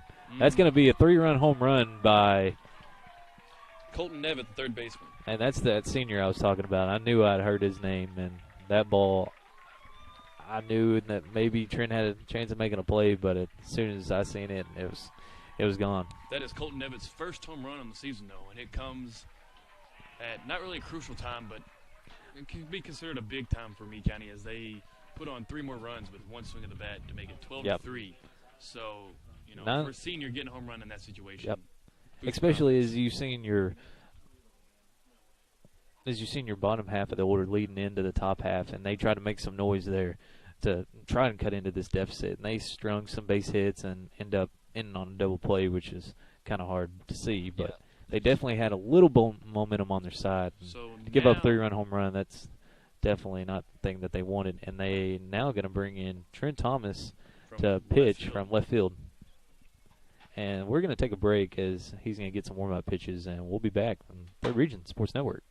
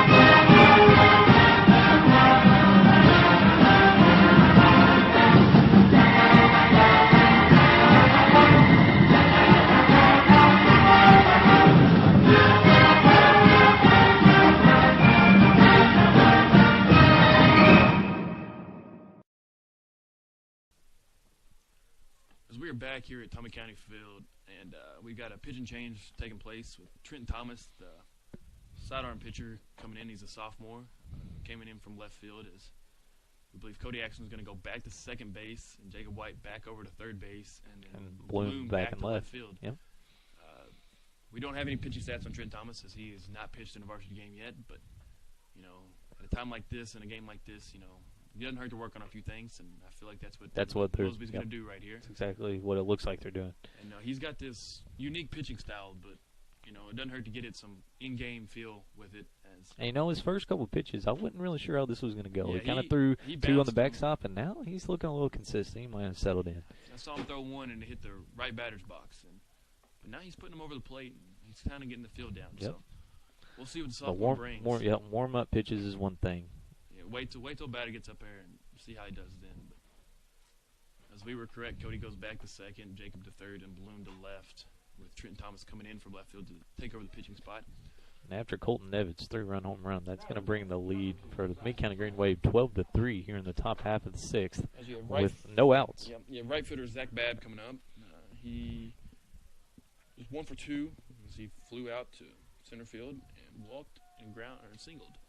So he's shown he can put the ball in play. And just got to get out. First pitch is going to be a base hit up the middle. Now that was a strike right down the plate. Yep, Babb was just ready for it. He left that one right there for him, left it for the taking. So Zach Babb took it, made a base hit out of it. And we just talked how this is a time for maybe the Hornets doing a little experimenting as well, but this is also a time for Meade County where they're just up there hacking. You know, there's no pressure on them anymore. They're up 12-3. If they're going to see a fastball right down the middle, they're going to jump on it. But yeah, also it's a time for experiment for the Hornets, but you also don't want to just give this game away. You know, if Trenton starts getting beat to like a drum out there, you got also got to make a change. You can't just leave the kid out there, as it'll be a confidence boost for him, and then confidence boost for this team as they're not just getting their heads pounded in. But right. So now the box number 6, Trevor Goodwin. as we have a substitution coming in for Justin Hyder is number 16, I believe. Yeah, the first pitch, number 16, is going to be low and away. Yeah. Number 16 is Trevor Goodwin, I believe is what they said. Coming in also for Justin Hyder in the DH spot, so no fielding position change for Meade County, just a DH change. And the runner's going, and the ball is going to be there, and it's going to bounce short. From this angle, you can't really see anything. The throw looked good out of his hand, but looked like it would bounce a little bit short. And, I guess they might be looking for this last run, but if they get one here and the Hornets don't score, I was going to say, I'm not really sure why they're running there, but they're probably looking for the 10, yeah. But, sun still has not set here at Hancock Field as daylight is still out. Well, the temperature definitely has dropped a little bit, and that's going to be a play that Thomas can make as it's a weak ground ball hit to the pitcher. And it does the job. Yep. Moves their runner over scoring position. Yeah. And with a runner on third, here in the top half of the 6th, there's one out. Meade County up 12-3 on the Hornets. You have your 9-hole hitter. You have number 6, Mason Lee, coming up. He's your 2-hole hitter. Bad on that call. That ball's going to be called in for a strike.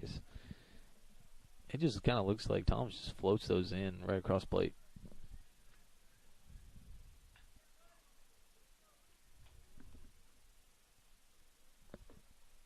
And it's going to be low and away, and that's going to bring the count to 1-1 with one out.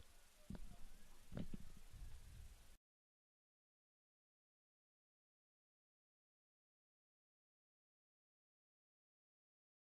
that's also going to be a pitch low and away, as it's the same spot as last pitch, and that's going to bring the count to 2-1.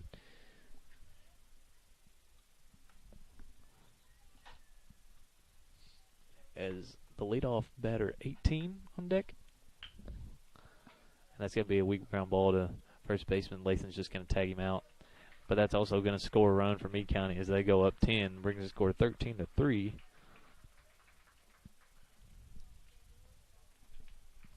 With two outs here in the top half of the 6th.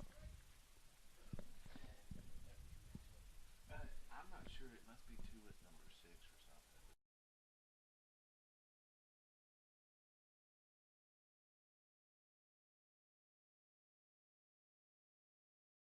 something. All right, we had a little confusion on who was batting last at bat, and there might be 2 number 6s for Meade County. We're not really sure what's going on, but that steps in the leadoff batter. This is Dylan Abell, left fielder. Last batter was the 9-hole hitter. Number 6, the only number 6 we have is the Mason Lee, which is the 2-hole hitter. But so a little confusion there with the Meade County lineup, but nonetheless, they played another run. And I look at that scoreboard, and they've scored 4 runs in 3 straight innings. Yep, that's something as a baseball team you cannot have happen. No. And the thing that leads to that is errors, walks, and free bases, and then not making the routine plays. And a lot of heads down. Yep. And a lot of confidence, not very high right now. that might be called strike, as Thomas is going to show that he's not going to go down easy, and he's going to throw one right across the plate to leadoff batter as it brings the count 3-1 with 2 outs here in the top half of the 6th. Meade County's up 13-3 on the Hornets. Thomas is looking to throw, and it's going to be in the dirt, and he's going to walk him. Hornets just need one more out to get out of this inning, to try to play a couple more runs to not get mercy ruled here.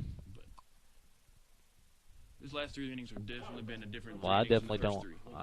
I've taken a year off high school baseball, and I don't know the rule for sure because the rules change and stuff. But if the Hornets don't score one, that might be over. I believe it's 10 after 6. I believe, if the rules had not changed. And that's going to be a ball lifted into shallow right, and Cameron White's going to come in and make the play, and he's going to call off the center fielder and make the play. And damage again is done here in the top half of the sixth after the Meade County Green Wave score 4 runs, and that brings the score to 13-3. As we go into the bottom half of the sixth, this is Third Region Baseball on Third Region Sports Network.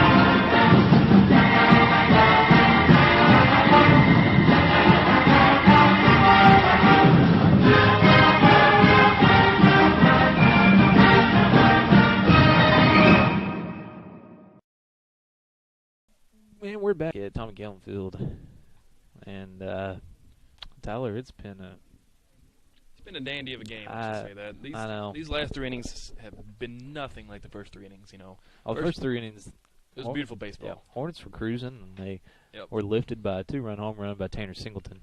And ever since that point, and ever since then, it's kind of fallen off the table. You've had walks that started it, hit batters that started it, then errors followed it, and then run base after run. hits, and the runs piled in as they scored 4 runs in the last 3 innings, the 4th, 5th, and 6th. As we go into the bottom half of the 6th, Lathan Lamar is going to lead off. And at this point, you don't want to see these guys give up. They're not out of this game. It is 10 runs. That is kind of a massive thing. But as we were talking earlier, I believe if they don't score one, this game might be over. Yep, but I'd go to Tommy. Is that correct? Lathan Lamar. That's right. I've got confirmation. And Lathan's 0 for 2 on the day with a strikeout and a ground ball to the third baseman. But this is a chance to like we said, on defense to work on a few things. Make sure. And prove to coach and to everybody else that these guys. You're not giving up. You know, even though the scoreboard doesn't show in your favor, don't give up. Just Lathan watches a good pitch blown away there to take a first ball. But, make sure you get your foot planted, get your hands through, snap the barrel head, make good contact. Hey, why don't you go, coach? It's just all things I've picked over the and that's going to be 18 years of playing baseball. That's going to be a ball hit to the shortstop. Shortstop's made some pretty good plays today, and he's going to throw it to the first, and the first baseman's not going to be able to make the play.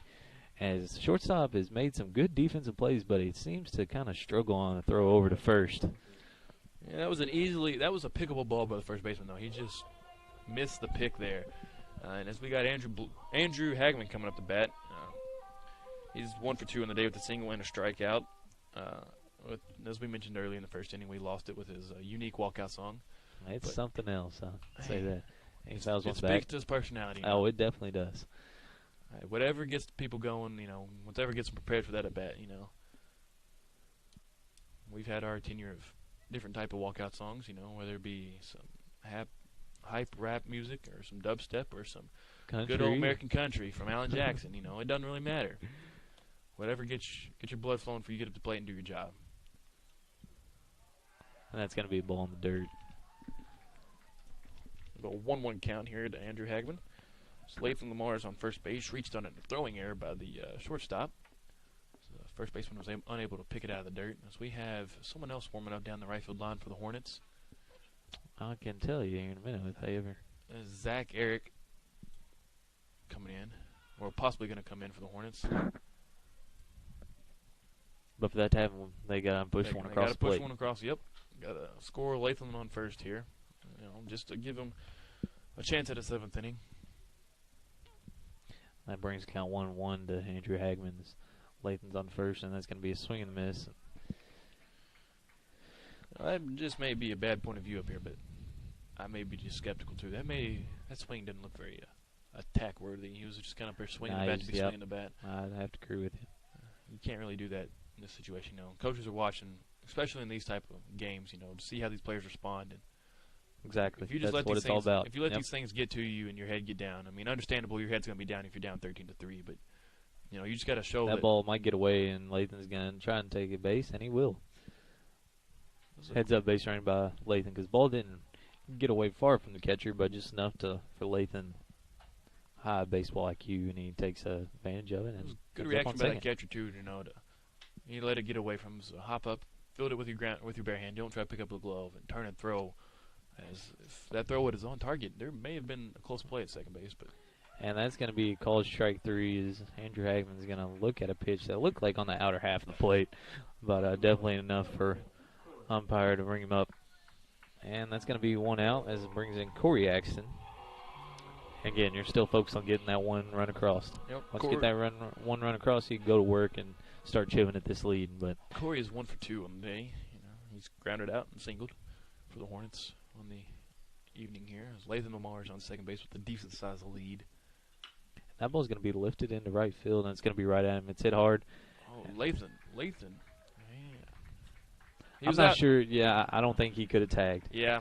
If that ball was a little higher, he may have been. Yeah, and that ball was. He's about a third of the way out there, just waiting to see if he'd drop it. He didn't drop it, and Lathan didn't tag. Solid contact though. That's got under it just a hair, just enough to make it a routine fly ball, but definitely ball was hit hard. So now you're just sitting here with 2 outs, and you're just looking to push this 1 run across to extend this game. So we got Andrew Bloom at the plate. Andrew Bloom is 0 for 2 on the day with 2 ground balls to the second baseman. He's got to bring the ball. You got to be thinking, if he's hit 2 ground balls to the second baseman, that second baseman's over there holding Lathan on second. If he puts one there again, you may get through, and you can get scored Lathan and push this thing to the 7th inning. Yep. So whatever Andrew Bloom's been doing his first 2 bats, don't change anything. And that's what he's going to do. He's going to hit a line shot into the outfield, and that's going to score Lathan. Now, DK, I don't want to make your head any bigger than what it already is, but you kind of called that. I mean, tell you what, man, if someone does something multiple times, you got to be expecting it. That second baseman has proved he's not going to show any respect to that gap there. So hitters got to know that. And Bloom being a left-handed hitter, it only helps his cause. It also makes you wonder: are they even aware? Yeah, he's even aware that he's leaving that big of a hole. But after that batter is hit, Bloom's hit. Yes, and Bloom's ground hit ball after ground hit ball. him 2 straight ground balls where he's standing. So, hey, if I've got 2 ground balls here, I got to make a play. But it's just something that you either got to think about, or the people that's not thinking about it aren't. It's just. But Bloom does his job, sends a run home. We'll push this thing to the 7th inning. So we got Cole Dixon, shortstop. With 2 outs, with a runner on second, you definitely easily can just give up. But you're still proving to your fans, you're proving to your coach, most importantly, that you're not done, and you're going to show a little fight and show a little pride here on your home field. I want to brag on Cole here a little bit. That ball was in the dirt and got away from the catcher a little bit, and he kind of muffled it back there. But Cole, being only a 7th grader, he put his hand up to tell Bloom that he doesn't have a chance to move. And as a runner on first, you may not be able to see that ball. And this batter, being a 7th grader, that's a good IQ play by a 7th grader. You still have some juniors and seniors out here that don't do that. They just sit there and watch the ball. They don't help their teammates I would have out. to be one of those. I was never really good at that. So, yeah, definitely to see a young guy step up and try and take some leadership on the field is definitely something good to see. 3-0 count here. So we've got Bloom on first after he singled and played at Lathan Lamar. Got Cole Dixon up at 3-0, make it 4-0. And he showed straight patience there. He didn't budge on anything. I've been nothing but impressed with Cole Dixon here today. As he definitely is not new to this Hornets team, but with me being at college, not really getting to see a whole lot of this team play. Yeah, we heard that Cole was going to step into the starting lineup. It was like, that's a little different. I mean, you don't hear a 7th grader much stepping into the starting lineup, but he's proven his worth. He's not made many errors as we've seen throughout this game. He's been good at the plate. As we now have a pitching change from Meade County. That's going to bring in, with these funky jerseys, man, I can't really tell what number. If we get a number on him, we might cut it to a break here in a minute. Well, I'm not sure. Once we figure out what this arm is, we'll tell you some more about him. 21 is the number, so we'll figure a little bit out about him. We'll tell you once we get back. This is Third Reading Sports Network.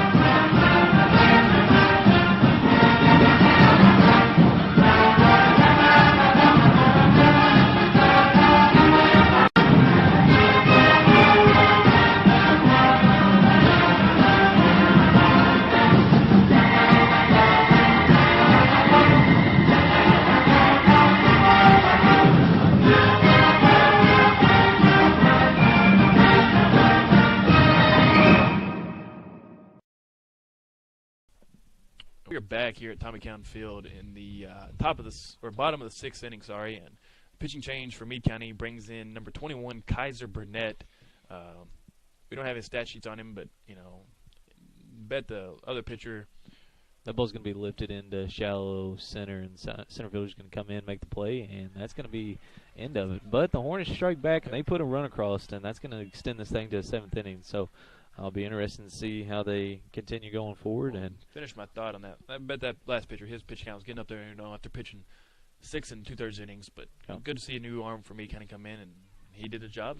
Yeah. He didn't have a bad outing either. No. I mean, he gave up that 2-run home run, obviously, but he. Starting pitching, his arm's probably getting a little tired. That's what caused, him to walk that last batter there, Cole Dixon. But we're here at Tommy County Field as the Meade County Green Wave leads the Hancock County Hornets 13-4 after 6. We'll be going to the top of the 7th, and this is 3rd Region Sports Network.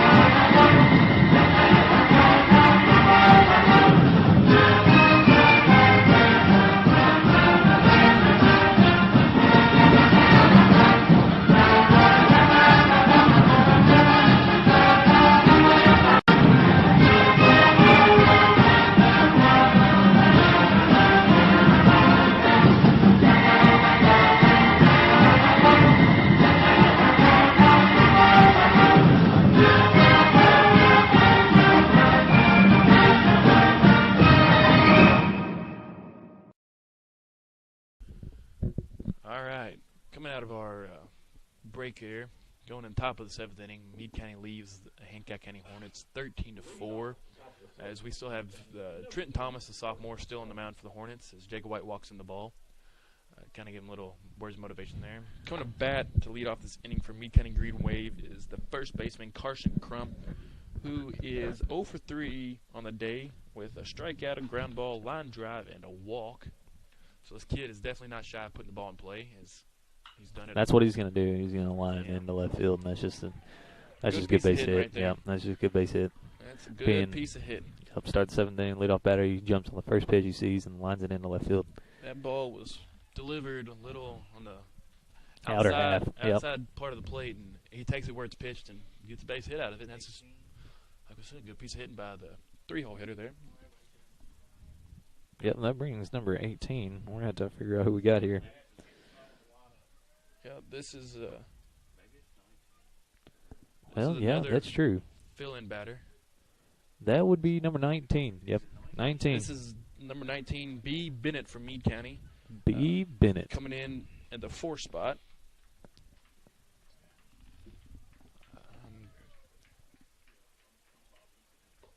He does not have a plate appearance in a varsity baseball game, according to our stats via Max Preps, as he is now in a 1-1 count. We're not even sure if he's on the scorecard, isn't it? Oh, he is? Okay. And he's going to hit a ground ball to the third baseman. Jacob White's going to get the 1 for sure in second and not going to be in time to throw him out at first. But got the leadoff runner. Yep, gets the ground ball, get the leadoff runner, and we got 1 out here in the top half of the 7th. Yep, number 8. This is number 8, B. Stool for Meade County. He is a solid 1 for 1. Or it could be number 9. I'm not really sure. But these numbers, man, the way those jersey stripes are, it kind of blends with the numbers there.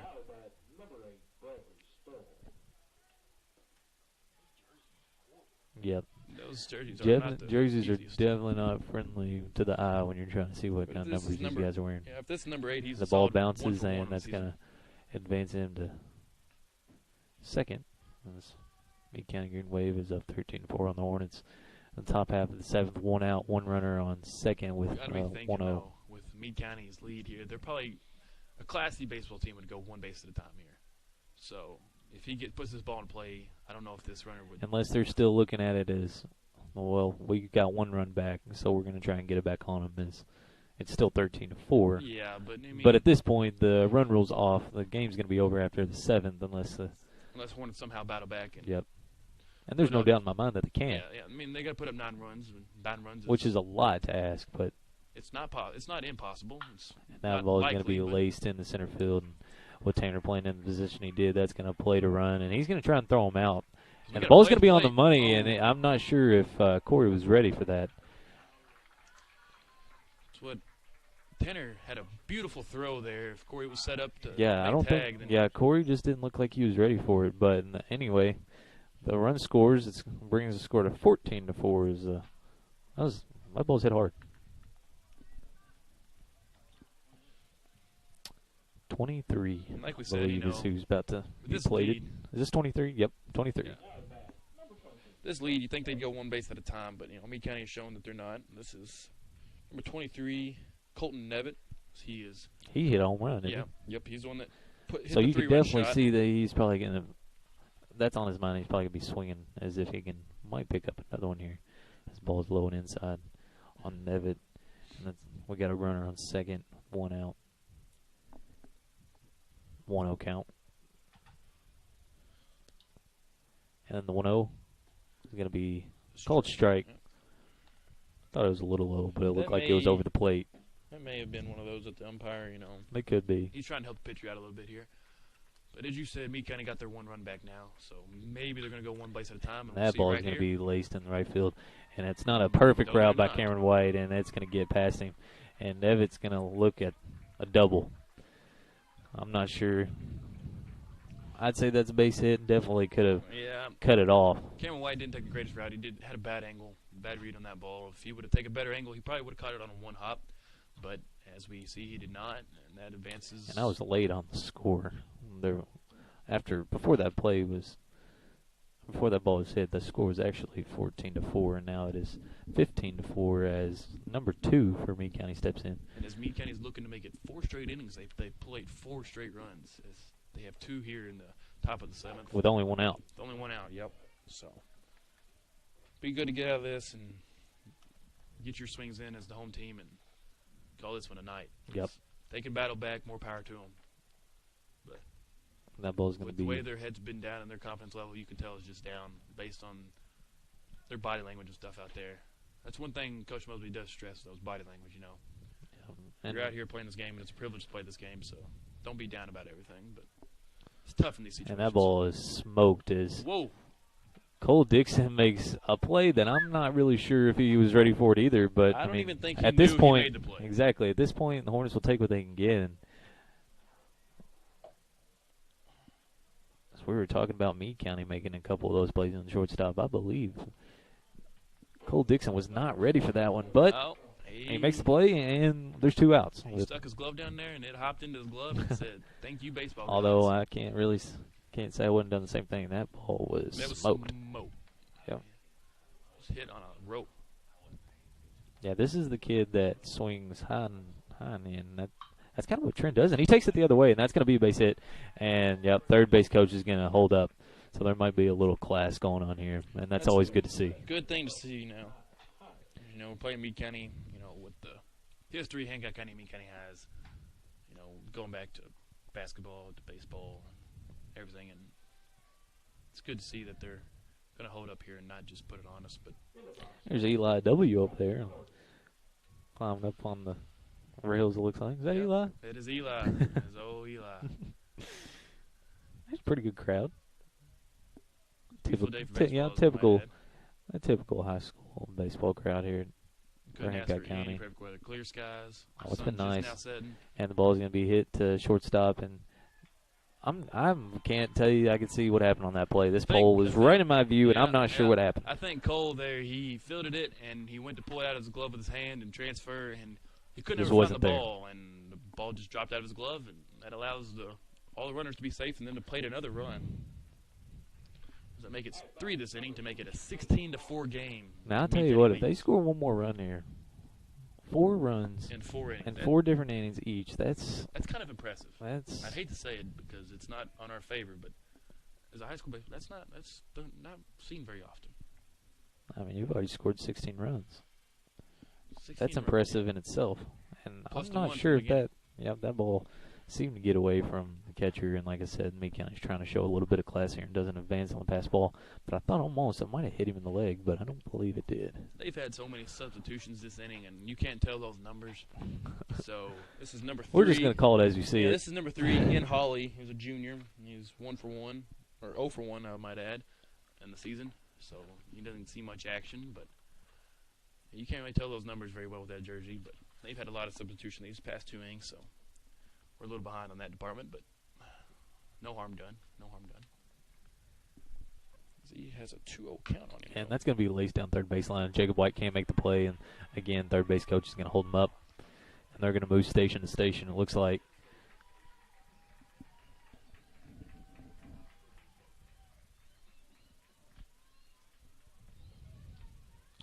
And I believe Coach Mosby might have seen enough. I'm not sure if he's going to make a pitching change. It looks like he's going to make a pitching change. Yeah, and they're going to bring in, not sure. We'll see. Thomas goes to the dugout. And Zach Eric comes yep, in Zach from Eric. the dugout to make the pitching change. So he'll be now stepped in as he fills in for the position that was originally Parker's in the starting lineup. So he'll be DH'd for in the batting order. But brings in another young guy to get another young arm to test a few things. And we'll talk about it here and when we come back. And you're listening to Third Region Baseball, Third Region Sports Network.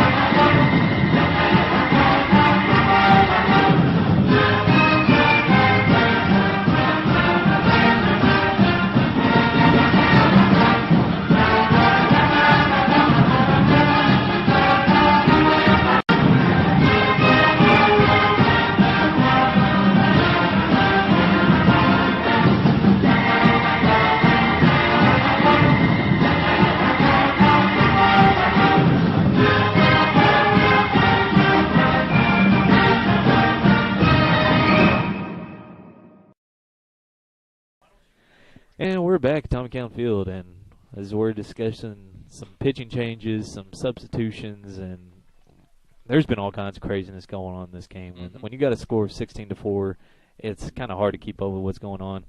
So we did mention Zach Eric is now in for the pitching position of the Hancock County Hornets as he goes from the windup with bases loaded, 2 outs in the top of the 7th. Delivers the first pitch low and away in the dirt. So not a good start for a pitcher coming in here in the not so good But I mean, situation. at this point, you're just looking at him to throw strikes. There's absolutely nothing lost with anything that happens as he misses up, and you just want some strikes. It doesn't matter if they hit it over the wall. You just want strikes, and that's it. And so Zach Eric has thrown 2 straight balls. Not one of them has been close. That one, be foul ball. They put that one on the plate. Batter was a little early, but still managed to get a piece of it and send it straight back in the net. Eli looks like he's got a big old rock over there. I'm not sure what he's doing. Oh, he's trying to pick up He's trying to massive pick up rock a bigger now. rock. Yeah. That is not a smart play. And So that him pitch is going to be right down the middle for Strike Zach. 2. Bring strike 2, and we got deuces across the scoreboard. There's a 2-2 count with 2 outs. Him and Talon over there inspecting that rock.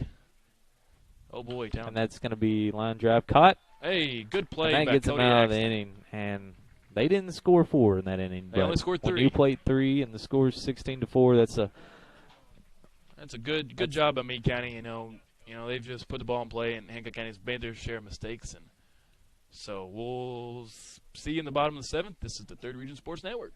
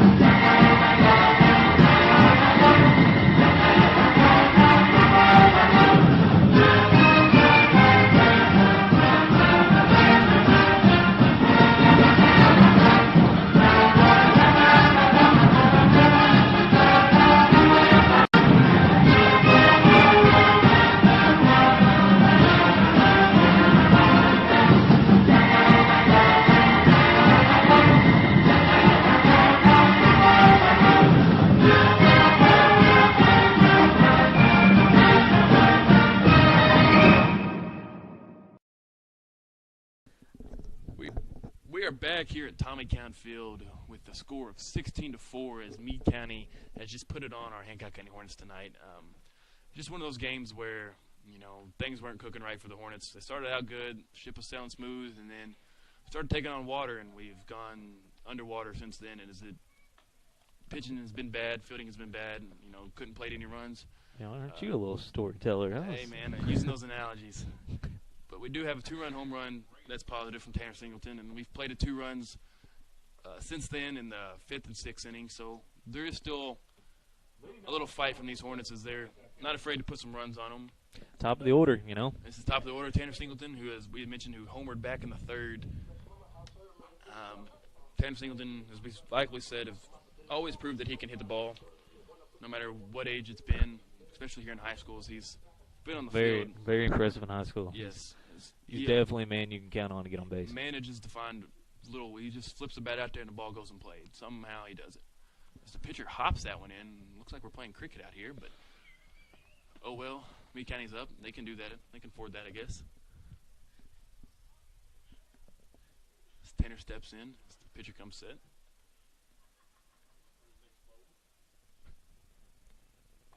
So he puts that one across the plate. Big difference in those 2 pitches. He makes that one. It's a 1-1 count.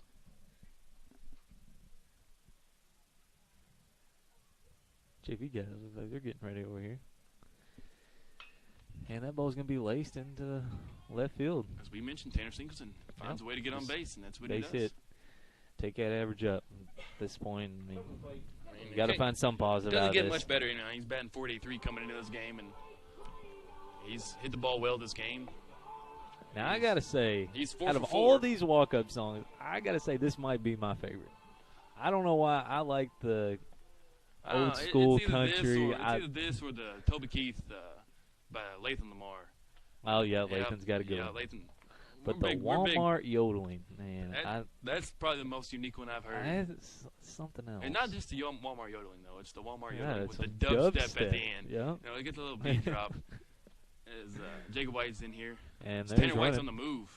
And the catcher just drops that baseball. Yeah. But gets Tanner an easy pass for the stolen base. And Tanner gets stolen base. Jacob White has looked to 2 straight balls here. This is a 2-0 count. We got no outs. Yep. Well, on my scoreboard, we're still in the top half of the 6th, but that would be wrong. We're in the bottom half of the 7th. Jacob White sends one down to third baseline, gets a hop, and third baseman fields it and throws him out at first. So Tanner remains put at second, and it's 1 out as Jacob White grounds out. We got Cameron White coming to the plate, number 25. As he's, like we said, he's a big dude, and, he embraces it. He knows his power. He knows his abilities. And yep. we've seen him make a play in right field where he had to run a long way to get that baseball. Oh, yeah, he's a big dude, and he's very athletic. He can move for his size. That's always positive. As you and put we him got right field. another ground ball at third base. See if he can make 2 plays in a row when he does. See, Cameron White almost beat that ground ball out of third base, but third baseman does make a play. But Tanner does advance on that one. So we now have a runner on third with 2 outs, with Lathan coming up. And this is the walkout song I was talking about. This is good too. Yep. Good old Toby Keith. I would sing it for you, but I don't want you to have to go through that torture. I don't want to put anybody through that. Yeah, let's not do that. That is one of my, I would say, probably top 10 songs right there. As he watches that pitch, that is way outside. The catcher drops to both knees to slide over and get it. No reason to sing. It's 16-4. It's already bad enough. No reason to sing. Appreciate it. No problem. Lathan might just ran into one here. I'm not. Oh yeah, that's gone. Lathan White, no doubt about it. Yep, that's gone. As you've seen, as soon as that ball went off the bat, the shortstop turned around and threw his hands in the air. Lathan Lamar sends a 2-run home run over the left field wall. That is our second 2-run home run by the Hornets tonight, and 3rd home run of the game, as Meade County hit one earlier. But Lathan Lamar, he proved that last year he could hit a couple long balls, and as he just sends one over the wall there. So he just gets a nice helmet tap from runner he scored, Tanner Singleton, and the runner coming up, which is Andrew Hagman. Which Andrew Hagman, being... Tell you what, that ball was laced. That ball, they knew it. And here's this unique walkout we're talking about. Yodeling with a little dubstep at the end, got a crack in the first inning. I gotta tell you, I was not expecting I was not expecting it either. But, whatever floats your goat there. So Lathan just turned on that pitch. That It wasn't a line well hit drive. ball. It wasn't just one That that was a screamed home out run of here. ball. That yeah. That is That one was that- probably a definition of what you think of a home run when you see it. That ball was hit Not hard. too We got high, some- not too low. Looks like some JV guys are running over there and trying to get it on the fence, and that's going to be swing and a miss by Andrew Hagman. Spur can count 2-1 with 2 outs here in the bottom part of the 7th. So Andrew Hagman, being a sophomore, stepping in a big role, coming in and providing a good bat for these Hornets is what they needed as a DH hitter here. So he has also hit 1 home run on the season, though. So That's what I said about him. comes that He's kind farmer of got strength that. he's Yeah, got in. he's got that power. Doesn't seem like it, but he's underneath there. And he hits it to the third base to see if he can make 3 in a row, and he can't. Yep, that was kind of a tough hop. Playing third base myself on this field, you never know what you're going to get up there on third. Yep, there's that bad lip over there that the ball hits it just right. And it looks like it did that time. Who It knows hit it where that and ball's it going to go? gave him a bounce that he definitely was not ready for. So now steps in Corey Axton. Corey Axton is walk out, a little Jay-Z action. I like here. it. A little old school Jay-Z, not bad, not bad. See, And his he's first going to hit it pitch. to third baseman. See if third baseman can make a play, and it looks like he can. Man, that third Yep. baseman made Yep. 3 outs. Third base made all of them. I think that is Colton Nevitt. Is that who that is? There on Yes, third? that is Colton Yep. Nevitt. He's the one that hit the home run for me, Colton County. Nevitt, the senior, he hit a home run, and that's all we got here today, Yep. folks. It as was they- not a pretty game for the Hornets here, as Meade County ended at 16-6. And the Hornets still scored 6 runs, and definitely that some of those runs could have been coming off the Yep. pitching that came in because it was 16-4 or whatever. whatever. But definitely, I mean, scoring 6 runs is an accomplishment. That gives yourself a chance And in you a don't game. you don't but expect a giving team up, to score 16. yeah, giving up 16, that's definitely something. You that- can't give up 16 either. If they scored 4 runs in 3 straight innings and 3 runs the next inning, Yep. that's something you can't do as a varsity baseball team. You're never going to win. And the Hornets are going to drop all 4 of their district games. So That brings the Hornets record now to 12-9 on the season, and Meade County moves up to 11-10. So the Hornets still hold the better record in the district, but as the JT just mentioned here, that they just dropped all 4. dropped their 4th district game of the season. So Yep. I think that's all we got. all she wrote. This Yep. has been JT Bill and Tyler Kratzer on your 3rd Region Sports Network. Thank you.